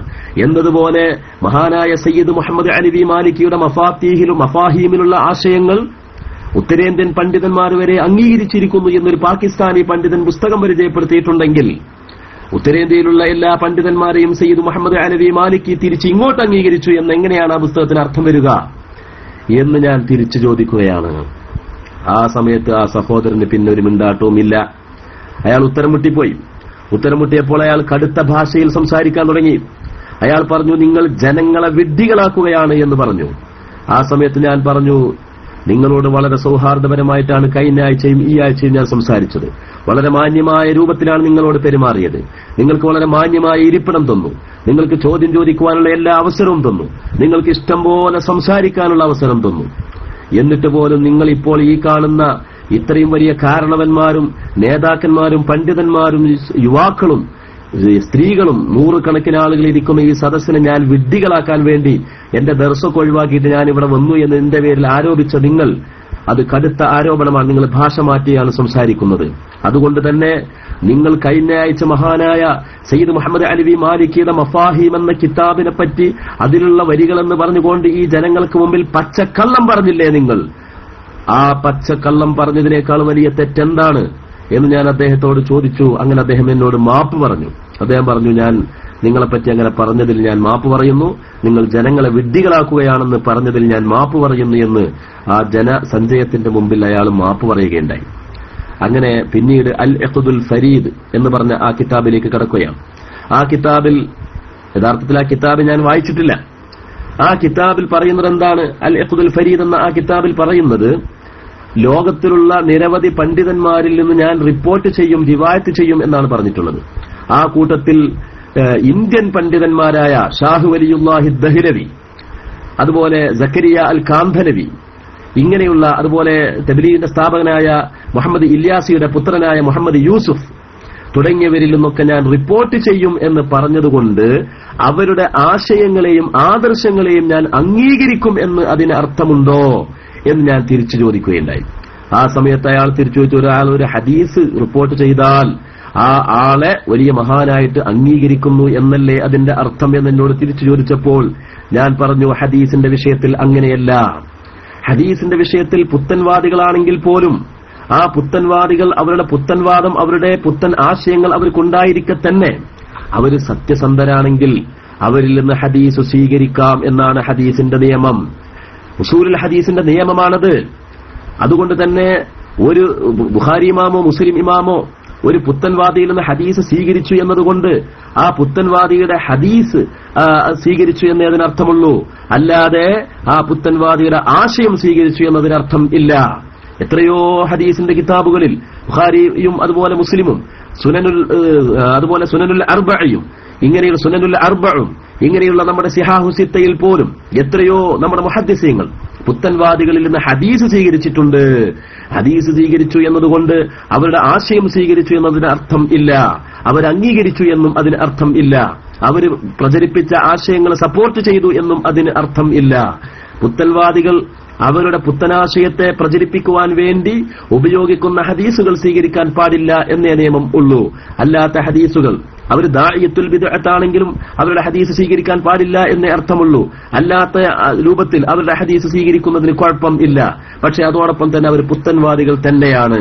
അതുകൊണ്ട് ഉലമാ ഉൽ ഹിന്ദിൽപ്പെട്ട ഏതാനും ചില ആളുകളിൽ നിന്ന് അദ്ദേഹം ഹദീസ് റിപ്പോർട്ട് ചെയ്യുന്നു എന്ന് പറഞ്ഞതുകൊണ്ട് മാത്രം അവര് ഈ പറഞ്ഞ തബ്ലീഗിന്റെ ആൾക്കാരൊക്കെ അവരൊക്കെ യഥാർത്ഥ സുന്നത്ത് ജമാഅത്തിന്റെ ആൾക്കാരാണെന്ന് അംഗീകരിച്ചു എന്ന് അതിന് അർത്ഥം ഇല്ല എന്ന് ഞാൻ പറഞ്ഞപ്പോൾ അദ്ദേഹം ചോദിച്ചു, ഈ മുഹമ്മദ് ഉവൈസ് ചോദിച്ചു, മുഅ്തമദ് ഇൽമുൽ ഹദീസിൽ മുഅ്തമദ് മുബ്തദിഈങ്ങളിൽ നിന്ന് ഹദീസിനെ ഖബൂൽ ചെയ്യാം എന്നാണ് എന്ന് ഏതെങ്കിലും ഒരു കിതാബിൽ പറഞ്ഞിട്ടുണ്ടോ? ഏതെങ്കിലും ഒരു ഇമാം പറഞ്ഞിട്ടുണ്ടോ? മുസ്ലിയാർ സ്വന്തം വാദിക്കുകയല്ലാതെ ഏതെങ്കിലും ഒരു ഇമാം പറഞ്ഞിട്ടുണ്ടോ എന്നോട് ചോദിച്ചപ്പോൾ ഞാൻ പറഞ്ഞിട്ടുണ്ട്. ആരാണ് പറഞ്ഞത് എന്ന് ചോദിച്ചു. ഹാഫിദ് ഇബ്നു ഹജർ അസ്ഖലാനി തങ്ങൾ പറഞ്ഞിട്ടുണ്ട്. എവിടെയാണ് പറഞ്ഞത്? നുഖ്ബത്തുൽ ഫിക്ർ എന്ന അദ്ദേഹത്തിന്റെ ലോകപ്രസിദ്ധമായ ഇൽമുൽ ഹദീസിന്റെ കിതാബിൽ പറഞ്ഞിട്ടുണ്ട് എന്ന് ഞാൻ പറയലോടുകൂടി അദ്ദേഹം പിന്നെ അതിനെക്കുറിച്ചൊന്നും പറഞ്ഞില്ല. പിന്നെ അദ്ദേഹത്തിനൊന്നും പറയാനില്ല. അപ്പൊ ബഹുമാനപ്പെട്ട സയ്യിദ് മുഹമ്മദ് അലവി മാലിക്കിന്റെ മഫാഹീമിൽ അങ്ങനെ ഒരു പരാമർശം ഇല്ല. ആ മഫാഹീം എന്ന കിതാബിനെ പരിചയപ്പെടുത്തിക്കൊണ്ട് എഴുതിയ ഒരു പാകിസ്ഥാനി പണ്ഡിതന്റെ ഒരു തഖരീറിൽ ഉള്ള ഒരു പരാമർശം, അത് ബഹുമാനപ്പെട്ട സയ്യിദ് മുഹമ്മദ് അലവി മാലിക്കിയുടെ പുസ്തകത്തിലേക്ക് അതിൽപ്പെട്ടതാണ് എന്ന് ഇയാൾ കള്ളം വാദിക്കുകയായിരുന്നു. പിന്നീട് അദ്ദേഹം വാദിച്ചു, മാബൈന ദഫത്തൈനി, രണ്ട് ചട്ടന്റെ ഇടയിലുള്ളത് എല്ലാം ആ കിതാബിൽപ്പെട്ടതല്ലേ എന്ന് അയാൾ വാദിച്ചു. ആ സമയത്ത് ഞാൻ സദസ്യരോട് ചോദിച്ചു, നിങ്ങൾക്ക് ആർക്കെങ്കിലും ഒന്നുണ്ടോ എന്ന് ചോദിച്ചു. അപ്പൊ ചിലർ ഒന്നുണ്ട് എന്ന് പറഞ്ഞു, ചിലർ ഇല്ലാന്നും പറഞ്ഞു. അപ്പൊ ഞാൻ തന്നെ ഒരു മുസഹഫ് എടുത്തുകൊണ്ട് ഞാൻ ആ മുസഹഫിന്റെ രണ്ട് ചട്ടന്റെ ഉള്ളിലുള്ളത് മുഴുവൻ മുസഹഫാണെന്ന് പറയാൻ പറ്റുമോ? രണ്ട് ചട്ടന്റെ ഉള്ളിലുള്ളത് മുഴുവൻ ഖുർആനാണെന്ന് പറയാൻ പറ്റുമോ? പറ്റില്ല. കാരണം അതേ ഖുർആനിൽ തന്നെ ഖുൽ അഊദു റബ്ബിന്നാസ് കഴിഞ്ഞാൽ പിന്നീട് കാണാം ദുആ ഉൽ ഖത്തം പൂർത്തിയാക്കിയാൽ ചെയ്യേണ്ടുന്ന ദുആ. അതേപോലെ തന്നെ തജ്വീദിന്റെ ഒരുപാട് നിയമങ്ങൾ അതിൽ കൊടുത്തിട്ടുണ്ട്. ഈ നിയമങ്ങളൊക്കെ ഖുർആനാണെന്ന് നിങ്ങൾക്ക് വാദമുണ്ടോ? ഖുർആനിന്റെ രണ്ട് ചട്ടയിൽ, മുസഹഫിന്റെ രണ്ട് ചട്ടയിലുള്ളതെല്ലാം മുസഹഫാണെന്ന് നിങ്ങൾക്ക് വാദമുണ്ടോ? എങ്കിൽ ഈ ദുആ ഉൽ ഖത്തം മുസഹഫാണെന്ന് പറയേണ്ടി വരില്ലേ? അതേപോലെ തന്നെ തജ്വീദിന്റെ നിയമങ്ങൾ പറഞ്ഞത് മുസഹഫാണെന്ന് നിങ്ങൾക്ക് വാദമുണ്ടോ? എന്നതുപോലെ മഫാത്തീഹു യജിബു അൻ തുസഹഹ എന്നതിന്റെ 11ാമത്തെ പതിപ്പിൽ ചില ആളുകളുടെ പുസ്തക പരിചയം കൊടുത്തതെല്ലാം സയ്യിദ് മുഹമ്മദ് അലവി മാലിക്കിയുടെ മഫാഹീമിൽപ്പെട്ടതാണെന്ന് നിങ്ങൾക്ക് എങ്ങനെ വാദിക്കാൻ കഴിയും എന്ന് ഞാൻ തിരിച്ചു ചോദിച്ചപ്പോൾ പിന്നെ അദ്ദേഹത്തിനൊന്നും പറയാനുണ്ടായില്ല. പിന്നെ അദ്ദേഹം പറഞ്ഞു, ബാഖിയാത്തുസ് സ്വാലിഹാത്ത് എന്ന് പറയുന്ന ലോകപ്രസിദ്ധമായ നമ്മുടെ ഉസ്താദുമാരൊക്കെ സനദ് വാങ്ങിയതായ ബാഖിയാത്തുസ് സ്വാലിഹാത്തിൽ അവിടെ ദയൂബന്ദി പണ്ഡിതന്മാരാണ് അവിടെ സനദ് കൊടുക്കല് എന്ന് വാദിച്ചു. ദയൂബന്ദി പണ്ഡിതന്മാരാണ് അവിടെ സനദ് കൊടുക്കല്. അപ്പൊ നിങ്ങളുടെ ഉസ്താദുമാര് പഠിച്ചിറങ്ങിയ ബാഖിയാത്തുസ് സ്വാലിഹാത്തിൽ പോലും ദയൂബന്ദി പണ്ഡിതന്മാരാണ്, അവരൊക്കെ തബ്ലീഗിനോട് ചായ്വുള്ള പണ്ഡിതന്മാരാണ്, അവരൊക്കെ അവരുടെ സനദ് കൊടുക്കല് എന്ന് അദ്ദേഹം വാദിച്ചു. ആ സമയത്ത് സദസ്സിൽ ഒരു ബാക്കവി ഉണ്ടായിരുന്നു. ആ ബാക്കവി എഴുന്നേറ്റുകൊണ്ട് പറഞ്ഞു, ഞാൻ 2002 സനദ് വാങ്ങിയത്. എനിക്ക് സനദ് തന്നത് തബ്ലീഗ് ജമാഅത്തിന്റെ ആളല്ല, ദയൂബന്ദിൽ വന്ന പണ്ഡിതൻ അല്ല, ഞങ്ങളുടെ ഉസ്താദായ ഒരു ഉസ്താദിന്റെ പേര് പറഞ്ഞു. ആ ഉസ്താദാണ് ഞങ്ങൾക്ക് എല്ലാവർക്കും സനദ് തന്നത്. അന്ന് വിശിഷ്ടാതിഥിയായിക്കൊണ്ട് ആ സനദ് ദാന സമ്മേളനത്തിൽ പങ്കെടുത്തത് സമസ്ത കേരള ജംഇയ്യത്തുൽ ഉലമായുടെ പ്രമുഖനായ മുശാവറ മെമ്പറായിരുന്ന ഷെയ്ഖുന പൊന്മള ഫരീദ് മുസ്ലിയാർ നവ്വറല്ലാഹു മർഖദഹു, അല്ലാഹു അദ്ദേഹത്തിന്റെ ഖബർ ജീവിതം ഖൈറിലാക്കി കൊടുക്കുമാറാവട്ടെ, ബഹുമാനപ്പെട്ടവരാണെന്ന് വിശിഷ്ടാതിഥിയായി അവിടെ പങ്കെടുത്തത്. എനിക്ക് സനദ് തന്നത് ഞങ്ങൾക്ക് ഓതിത്തന്ന കിതാബ് ഓതിത്തന്ന ഇന്ന പണ്ഡിതനാണെന്ന് പറഞ്ഞുകൊണ്ട് ആ ബാക്കിയെ എഴുന്നേറ്റ് നിന്നപ്പോൾ ഇയാൾ പറഞ്ഞു, ഞാനും ഒരു ബാക്കവിയാണ്. ഇയാൾ പാന്റ് ഇട്ടിട്ട് സാധാരണക്കാര വേഷത്തിലാണ്, തലയിൽ തൊപ്പിയോ അല്ലെങ്കിൽ തലപ്പാവൊന്നുമില്ല, ഒരു ചെറുപ്പക്കാരനായിട്ട് വന്നിക്കാണ്. അപ്പൊ അയാൾ പറഞ്ഞു, ഞാനും ഒരു ബാക്കവിയാണ്. അപ്പൊ ഞാൻ ചോദിച്ചു, നിങ്ങൾ എന്നാണ് സനത് വാങ്ങിയത്? ഞാൻ 2009 പറഞ്ഞു. നിങ്ങൾക്ക് ആരാ സനത് തന്നത് ചോദിച്ചു. അപ്പൊ അയാൾ ഇങ്ങനെ മേപ്പട്ടേക്ക് നോക്കിയിട്ട് ആലോചിച്ചിട്ട് ഏതോ ഒരാളെ പേര് പറഞ്ഞു. ഒരാളെ പേര് ആലോചിച്ചിട്ടാ പറയണത്. അപ്പൊ തന്നെ അതിലെന്തോ ഒരു കള്ളം അടങ്ങിയിട്ടുണ്ട് എന്ന് ശ്രോതാക്കൾക്ക് മനസ്സിലാകുന്ന രൂപത്തിലുള്ള ഒരു ശൈലിയാണ് അദ്ദേഹം പ്രയോഗിച്ചത്. ഞാൻ പറഞ്ഞു, ബാഖിയാത്തു സ്വാലിഹാത്തിനെ സംബന്ധിച്ച് നിങ്ങൾ എന്തെങ്കിലും പറഞ്ഞതൊന്നും എന്തല്ല, ഇവിടെ ഇത്രയും വലിയൊരു സദസ്സിന് മുമ്പിൽ ഒരു തെളിവ് അല്ല. അതുകൊണ്ട് നിങ്ങൾ എന്ത് ചെയ്യണം? ഒന്നുകിൽ ബാഖിയാത്തു സ്വാലിഹാത്തിന്റെ അതിന്റെ ആധികാരികമായ ചരിത്രം വിശദീകരിക്കുന്ന ഏതെങ്കിലും ഒരു സോവനീർ കൊണ്ടുവന്ന് നിങ്ങൾ വായിക്കണം. അല്ലാതെ നിങ്ങൾ പറയുന്നത് ബാഖിയാത്തിന്റെ പേരിൽ ഞങ്ങൾക്ക് അംഗീകരിക്കാൻ നിർവാഹം ഇല്ല, അതുകൊണ്ട് നിങ്ങളത് കൊണ്ടുവരണം എന്ന് പറഞ്ഞപ്പോൾ അയാൾക്ക് സോവനീറില്ല, ഒന്നുമില്ല. കഴിഞ്ഞ ഞായറാഴ്ച അദ്ദേഹം പറഞ്ഞു, മഫാഹീമിലുള്ള ഇബാറത്ത് എന്റെ മൊബൈലിൽ ഉണ്ട് എന്ന് പറഞ്ഞു. എന്നാൽ മൊബൈലിലുള്ളതൊന്ന് കാണിക്കൂ എന്ന് പറഞ്ഞപ്പോ അയാൾ പറഞ്ഞു, മൊബൈൽ സ്വിച്ച് ഓഫ് ആണ് എന്ന് പറഞ്ഞു. മൊബൈൽ ചാർജ് കഴിഞ്ഞിട്ടുണ്ട്, സ്വിച്ച് ഓഫ് ആണെന്ന് പറഞ്ഞു. അപ്പൊ ഈ കോലത്തില് പച്ച നൊണ കളവ് എന്ന് പറയുന്ന ആ കളവ് എത്രയും പറയാൻ യാതൊരു മടിയും ഇല്ലാത്ത ആളുകളാണ് എന്റെ പ്രിയപ്പെട്ട സുഹൃത്തുക്കളെ. ഇന്ന് നമ്മുടെ കേരളത്തിലുള്ള തബ്ലീഗ് ജമാഅത്തിന്റെ പ്രവർത്തകന്മാരെന്താ ചെയ്തുകൊണ്ടിരിക്കണമെന്ന് വെച്ചാല്, കേരളത്തിനെ സംബന്ധിച്ച് വളരെ ബാലിശമായ കേരളത്തിന്റെ ചരിത്ര പാരമ്പര്യത്തെ അട്ടിമറിച്ചുകൊണ്ടുള്ള തികച്ചും ബാലിശമായ പുതിയ ആരോപണങ്ങൾ അവർ ഉന്നയിച്ചുകൊണ്ട് മുന്നേറിക്കൊണ്ടിരിക്കുകയാണ്. തെക്കൻ ജില്ലയിൽ ഈ അടുത്ത് വരുന്ന ഒരു സിമ്പോസിയം, തബ്ലീഗ് ജമാഅത്തിന്റെ ആഭിമുഖ്യത്തിൽ നടത്തപ്പെടുന്ന ഒരു സിമ്പോസിയത്തിൽ തബ്ലീഗ് ജമാഅത്തിന്റെ ഇന്ന് കേരളത്തിലെ ഏറ്റവും പ്രമുഖനായ നേതാവ് അബുൽ ഖൈർ മൗലവി ഒരു വിഷയം അവതരിപ്പിക്കുന്നുണ്ട്. ആ വിഷയത്തിന്റെ പേര് തന്നെ എന്താണ്? കേരളത്തിൽ ഷിയായിസത്തിന്റെ കടന്നുവരവിന്റെ ചരിത്രം എന്നാണ്. അതിനെക്കുറിച്ചാണ് അദ്ദേഹം സംസാരിക്കുന്നത്. അപ്പോ 1400 കൊല്ലമായിട്ട് ഇവിടെ കേരളത്തിൽ ഇസ്ലാം വന്നുവെന്നും ആ 1400 കൊല്ലത്തെ ഇസ്ലാമിന്റെ പാരമ്പര്യമാണ് ഞങ്ങൾ മുറുകെ പിടിക്കുന്നത് എന്ന് ബിദ്അത്തുകാര് പറയുന്നുണ്ടല്ലോ എന്ന് അബുൽ ഖൈർ മൗലവിയോട് ഒരാൾ ചോദിക്കുകയാണ്. അബുൽ ഖൈർ മൗലവിയുടെ അഭിമുഖമുണ്ട്. ആ അഭിമുഖത്തിലൊരു ചോദ്യം, 1400 കൊല്ലമായിട്ട് കേരളത്തില് ഇസ്ലാം വന്നു, അതിന്റെ പിന്മുറയായിട്ടാണ് ഞങ്ങൾ പ്രവർത്തിച്ചുകൊണ്ടിരിക്കുന്നത്, ബിദ്അത്ത് നടത്തുന്നവർ പറയുന്നുണ്ടല്ലോ. ആരാണ് ആ ബിദ്അത്ത് നടത്തുന്നവർ എന്നതുകൊണ്ട് ഉദ്ദേശിക്കുന്നത്? അവരാരെയാണ് ഉദ്ദേശിക്കുന്നത്? സമസ്ത കേരള ജംഇയ്യത്തുൽ ഉലമയെയാണ് ഉദ്ദേശിക്കുന്നത്. തബ്ലീഗ് ജമാഅത്തുകാര് സമസ്ത കേരള ജംഇയ്യത്തുൽ ഉലമയെ കുറിച്ച് പറയുന്നത് ബിദ്അത്തുകാര് മുബ്തദിഈങ്ങൾ എന്നാണ്. അപ്പൊ നമ്മളാണല്ലോ പറയുന്നത് എന്ത്? മാലിക്കുദ്ദീനാർ മുതൽക്ക് ഇന്നേ വരെ നടന്നു പോരുന്ന ആചാര അനുഷ്ഠാന വിശ്വാസ രീതികളുടെ പിന്മുറക്കാരായിട്ടാണ് സമസ്ത കേരള ജംഇയ്യത്തുൽ ഉലമ പ്രവർത്തിച്ചുകൊണ്ടിരിക്കുന്നത് എന്ന അവകാശവാദം. അതിനെക്കുറിച്ച് ഇവർ ചോദിക്കുകയാണ്, ബിദ്അത്തുകാരിങ്ങനെ പറയുന്നുണ്ടല്ലോ, അതിനെപ്പറ്റി അബുൽ ഖൈർ മൗലവി താങ്കളുടെ അഭിപ്രായം എന്ത് എന്ന ചോദ്യത്തിന് അയാളുടെ മറുപടി, 1400 കൊല്ലമായിട്ട് ഇസ്ലാം വന്നിട്ടുണ്ടെങ്കിലും അത്രയും കൊല്ലമായിട്ട് ഷിയായിസവും കടന്നു വന്നിട്ടുണ്ട്. അത്രയും കൊല്ലമായിട്ട് ഷിയായിസവും കടന്നു വന്നിട്ടുണ്ട്. ഷിയാക്കളിൽപ്പെട്ട ഒരു വിഭാഗമാണ് ഹഷബിയാക്കൾ. ഹഷബ് എന്ന് പറഞ്ഞാൽ മരക്കഷ്ണം എന്നാണ്. മരക്കഷ്ണം കൊള്ള ചേർക്കപ്പെട്ടവരാണ് ഹഷബിയാക്കൾ. അപ്പൊ ഈ ഹഷബിയാക്കളുടെ വാദം എന്തായിരുന്നു? വാളുകൊണ്ട്, മരത്തിന്റെ ലോഹത്തിന്റെ ഇരുമ്പിന്റെ വാളുകൊണ്ട് യുദ്ധം ചെയ്യാൻ പാടില്ല, മറിച്ച് മരത്തിന്റെ വാളുകൊണ്ട് മാത്രമേ ജിഹാദ് ചെയ്യാൻ പറ്റുകയുള്ളൂ എന്നാണ് ഇത്രേ അവരുടെ വാദം. അവരുടെ വാദം അതാണ്. ഈ ഹഷബിയാക്കൾ കേരളത്തിൽ വന്നിട്ടുണ്ടാകാം എന്നും അതിന്റെ കാരണത്താലാണ് നമ്മുടെ പള്ളി മെമ്പറുകളിൽ ഖുത്ബ നിർവഹിക്കുന്ന ഖതീബുമാർ മരത്തിന്റെ വാൾ ഉപയോഗിക്കുന്നത് എന്നും അബുൽ ഖൈർ മൗലവി പറയുന്നു. ചിന്തിക്കണം നിങ്ങൾ. നമ്മുടെ ഫതുഹുൽ മുഈനിലും നമ്മുടെ തുഹ്ഫയിലും നമ്മുടെ ശറഹുൽ മുഹദ്ദബിലും നമ്മുടെ മഹല്ലിയിലും നമ്മുടെ നിഹായയിലും നമ്മുടെ മുഗ്നിയിലും നമ്മുടെ തുഹ്ഫത്തുൽ ഹബീബിലും ഹാഷിയത്തുൽ ജമലിലും ഹാഷിയത്തുൽ ശർഖാവിയിലും ഹാഷിയത്തുൽ ശർവാനിയിലും ഇബ്നു ഖാസിമുൽ അബ്ബാദിയിലും ഇങ്ങനെയുള്ള ശാഫിഈ മദ്ഹബിന്റെ സർവ്വ കിതാബുകളിലും പറയുകയാണ്, ഖുത്ബ നിർവഹിക്കുമ്പോൾ വാളോ അല്ലെങ്കിൽ ഒരു വടിയോ അതല്ലെങ്കിൽ അമ്പോ എന്തെങ്കിലും ഒന്ന് കുത്തിപ്പിടിക്കൽ സുന്നത്താണ് എന്ന് രേഖപ്പെടുത്തുന്നു. അതിനെ സംബന്ധിച്ച് എന്താണ് ഇവർ പറഞ്ഞത്? അത് ഹഷബിയാക്കൾ എന്ന് പറയുന്ന ഷിയാ വർഗത്തിന്റെ ആചാരമാണ് എന്ന് അബുൽ ഖൈർ മൗലവി പറയുകയാണ്. ഈ അബുൽ ഖൈർ മൗലവി അയാളുടെ നേതൃത്വത്തിൽ തബ്ലീഗുകാരെന്ന് കേരളത്തെ സംബന്ധിച്ച് പറഞ്ഞുകൊണ്ടിരിക്കുന്നത് എന്താണ്? കേരളം എന്ന് പറയുന്നത് നൂറ്റാണ്ടുകളായിട്ട് ഷിയായിസത്തിന്റെ അമർച്ചയിൽ, ഷിയായിസത്തിന്റെ പിടുത്തത്തിൽ കഴിഞ്ഞുകൊണ്ടിരിക്കുകയാണ്. ഷിയായിസമാണ് കേരളം നിയന്ത്രിച്ചുകൊണ്ടിരിക്കുന്നത്. അതുകൊണ്ടാണ് ഇവിടെ മുഹിയുദ്ദീൻ മാലയുണ്ടായത്, അതുകൊണ്ടാണ് ഇവിടെ കുത്തുബിയത്തുണ്ടായത്. കുത്തുബിയത്തും മുഹിയുദ്ദീൻ മാലയും ബദർപാട്ടും അതുപോലെ മൗലിദുകളും നേർച്ചയും ഉറൂസും എല്ലാം തന്നെ ഷിയാക്കളുടെ ആചാരം ആണ് എന്ന കടുത്ത വഹാബിയൻ വിമർശനം ഇന്ന് മുജാഹിദുകളെക്കാൾ കേരളത്തിൽ പ്രചരിപ്പിച്ചുകൊണ്ടിരിക്കുന്നത് എന്റെ സഹോദരന്മാരെ തബ്ലീഗുകാരാണ്.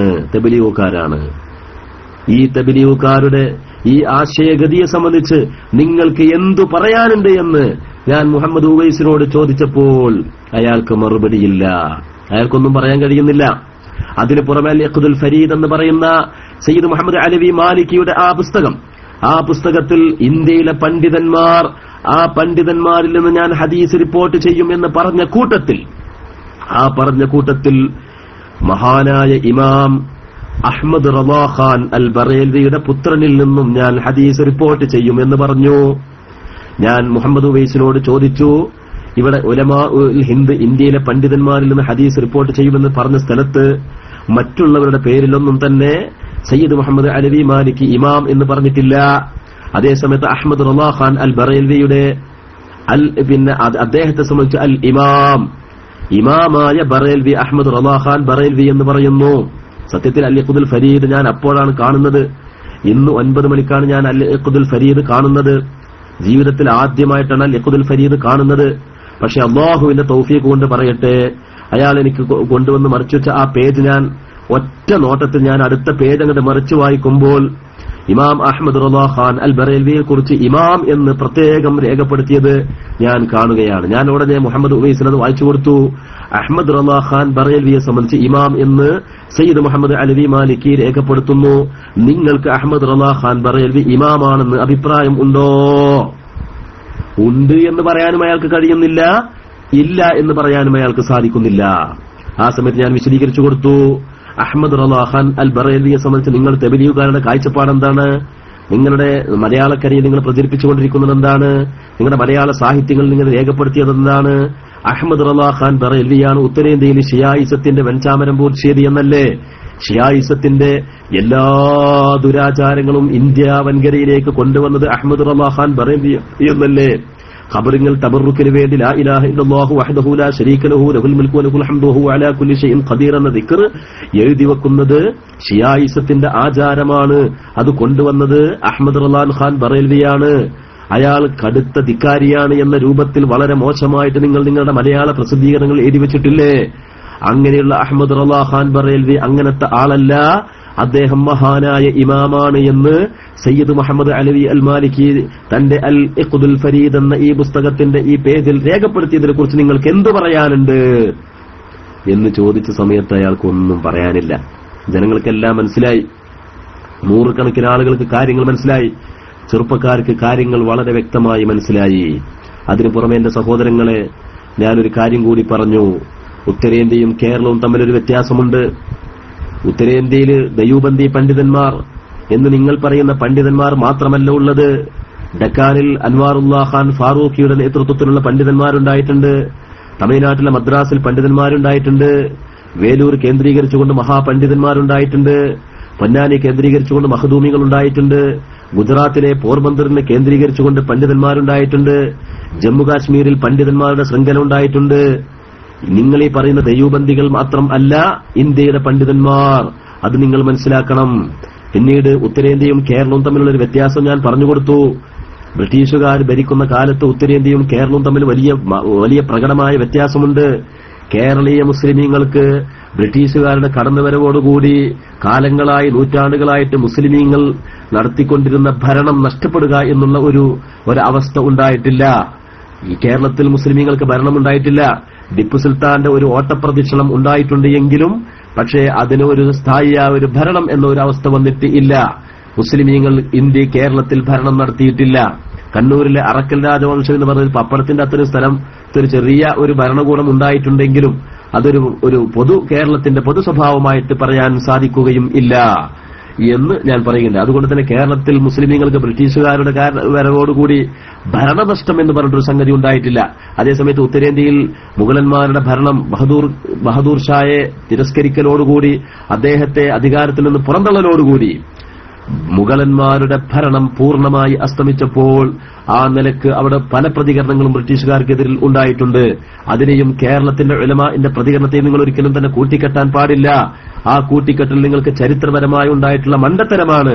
അതാണ് തബ്ലീഗുകാർ ഇന്ന് കേരളത്തിൽ ഉത്തരേന്ത്യയും കേരളത്തെയും തമ്മിൽ താരതമ്യം ചെയ്തുകൊണ്ട് കേരളത്തിന്റെ അവസ്ഥ വളരെ മോശമാണ്, ബ്രിട്ടീഷുകാരെ മൂടുതാങ്ങികളായിരുന്നു കേരളീയ പണ്ഡിതന്മാർ എന്ന രൂപത്തിൽ നിങ്ങൾ പ്രചരിപ്പിക്കുന്നത് ചരിത്രത്തെക്കുറിച്ച് നിങ്ങൾക്ക് ബോധമില്ലാത്തത് കൊണ്ടാണ് എന്ന് എന്റെ പ്രിയപ്പെട്ട സഹോദരന്മാരെ, അല്ലേ?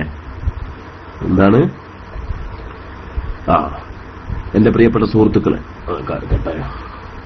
എന്റെ പ്രിയപ്പെട്ട സഹോദരന്മാരെ, നമ്മൾ മനസ്സിലാക്കണം. ആ കൂട്ടത്തിൽ ഞാൻ പറയുകയുണ്ടായി, അന്ന് ഈ ദയൂബന്ദി പണ്ഡിതന്മാർ എന്ന് പറയുന്ന ചില പണ്ഡിതന്മാർ എന്ത് പറഞ്ഞു? ഇന്ത്യ ദാറുൽ ഹർബാണ്, അതുകൊണ്ട് ഇന്ത്യയിലുള്ള മുസ്ലിമീങ്ങളെല്ലാം അഫ്ഗാനിസ്ഥാനിലേക്ക് ഹിജ്റ പോകണമെന്ന് ഫത്വ ഇറക്കിയപ്പോൾ കുറെ മുസ്ലിമീങ്ങൾ അഫ്ഗാനിലേക്ക് പോയപ്പോ അഫ്ഗാനിസ്ഥാൻ വാതിൽ കൊട്ടിയടച്ചു. അഫ്ഗാനിസ്ഥാനിലേക്ക് കടക്കാൻ കഴിയാതെ ഇന്ത്യയിൽ നിന്ന് പുറപ്പെടുകയും ചെയ്തു. അഫ്ഗാനിസ്ഥാനിലേക്ക് പോകാൻ കഴിയാത്തതുമായ ഒരവസ്ഥ, വളരെ ദാരുണമായ ഒരവസ്ഥ ഇന്ത്യൻ മുസ്ലിമീങ്ങൾക്ക് സംജാതമായപ്പോൾ ആ സന്ദർഭത്തിലാണ് മഹാനായ അഹമ്മദ് റളാ ഖാൻ ബറേൽവി ഇടപെട്ടുകൊണ്ട് പറഞ്ഞു, ഇന്ത്യ ദാറുൽ ഹർബല്ല, ദാറുൽ ഇസ്ലാമാണ്, അതുകൊണ്ട് ആരും ഹിജ്റ പോവേണ്ടതില്ല എന്ന് പറഞ്ഞിട്ട് വളരെ നയപരമായ രൂപത്തിൽ ബ്രിട്ടീഷുകാരെ ഇവിടുന്ന് പുറന്തള്ളണം എന്നുണ്ടെങ്കിൽ നാം ഈ രൂപത്തിലുള്ള സമരം നടത്തിയതുകൊണ്ട് വിജയിക്കാൻ സാധ്യമല്ല എന്ന് ദീർഘദൃഷ്ടിയോടുകൂടി മനസ്സിലാക്കിയ അഹമ്മദ് റളാ ഖാൻ ബറേവിയുടെ ആ ഫത്വയുടെ അടിസ്ഥാനത്തിൽ മുന്നോട്ട് പോയപ്പോഴല്ലേ നമുക്ക് ബ്രിട്ടീഷുകാരെ ഇവിടുന്ന് പുറന്തള്ളാൻ സാധിച്ചത്. അതുകൊണ്ടല്ലേ 1930-കൾക്ക് ശേഷം ബ്രിട്ടീഷുകാരുമായിട്ട് കൂട്ടുഭരണം നടത്തിക്കൊണ്ട് അവരെ വളരെ സോപ്പിട്ട് മയക്കിക്കാണ്ട് ഇവിടുന്ന് രാജ്യത്തുനിന്ന് പുറന്തള്ളുന്ന ഒരവസ്ഥ, അഥവാ സായുധപരമായി അവരെ നേരിടുന്നതിന് പകരമായിട്ട് നയപരമായിട്ട് അവരെ നേരിടുക എന്ന് പറയുന്ന വളരെ ചിന്താർഹമായ ഒരു രീതിക്ക് ആവിഷ്കാരം നൽകിയ അഹമ്മദ് റളാ ഖാൻ ബറേൽവിയുടെ ആ ആശയവും അതിനെ പിന്തുടർന്നുകൊണ്ട് 1930-കളിൽ സമസ്ത കേരള ജംഇയ്യത്തുൽ ഉലമ അന്നത്തെ പണ്ഡിതന്മാർ സ്വീകരിച്ച നിലപാടും അതായിരുന്നില്ലേ കൂടുതൽ പ്രായോഗികം എന്ന് ഞാൻ അവിടെ വെച്ചുകൊണ്ട് ഇദ്ദേഹത്തോട് പറഞ്ഞു കൊടുക്കുകയുണ്ടായി. ആ സമയത്ത് പിന്നെ അദ്ദേഹത്തിനൊന്നും പ്രതികരിക്കാണ്ടായില്ല.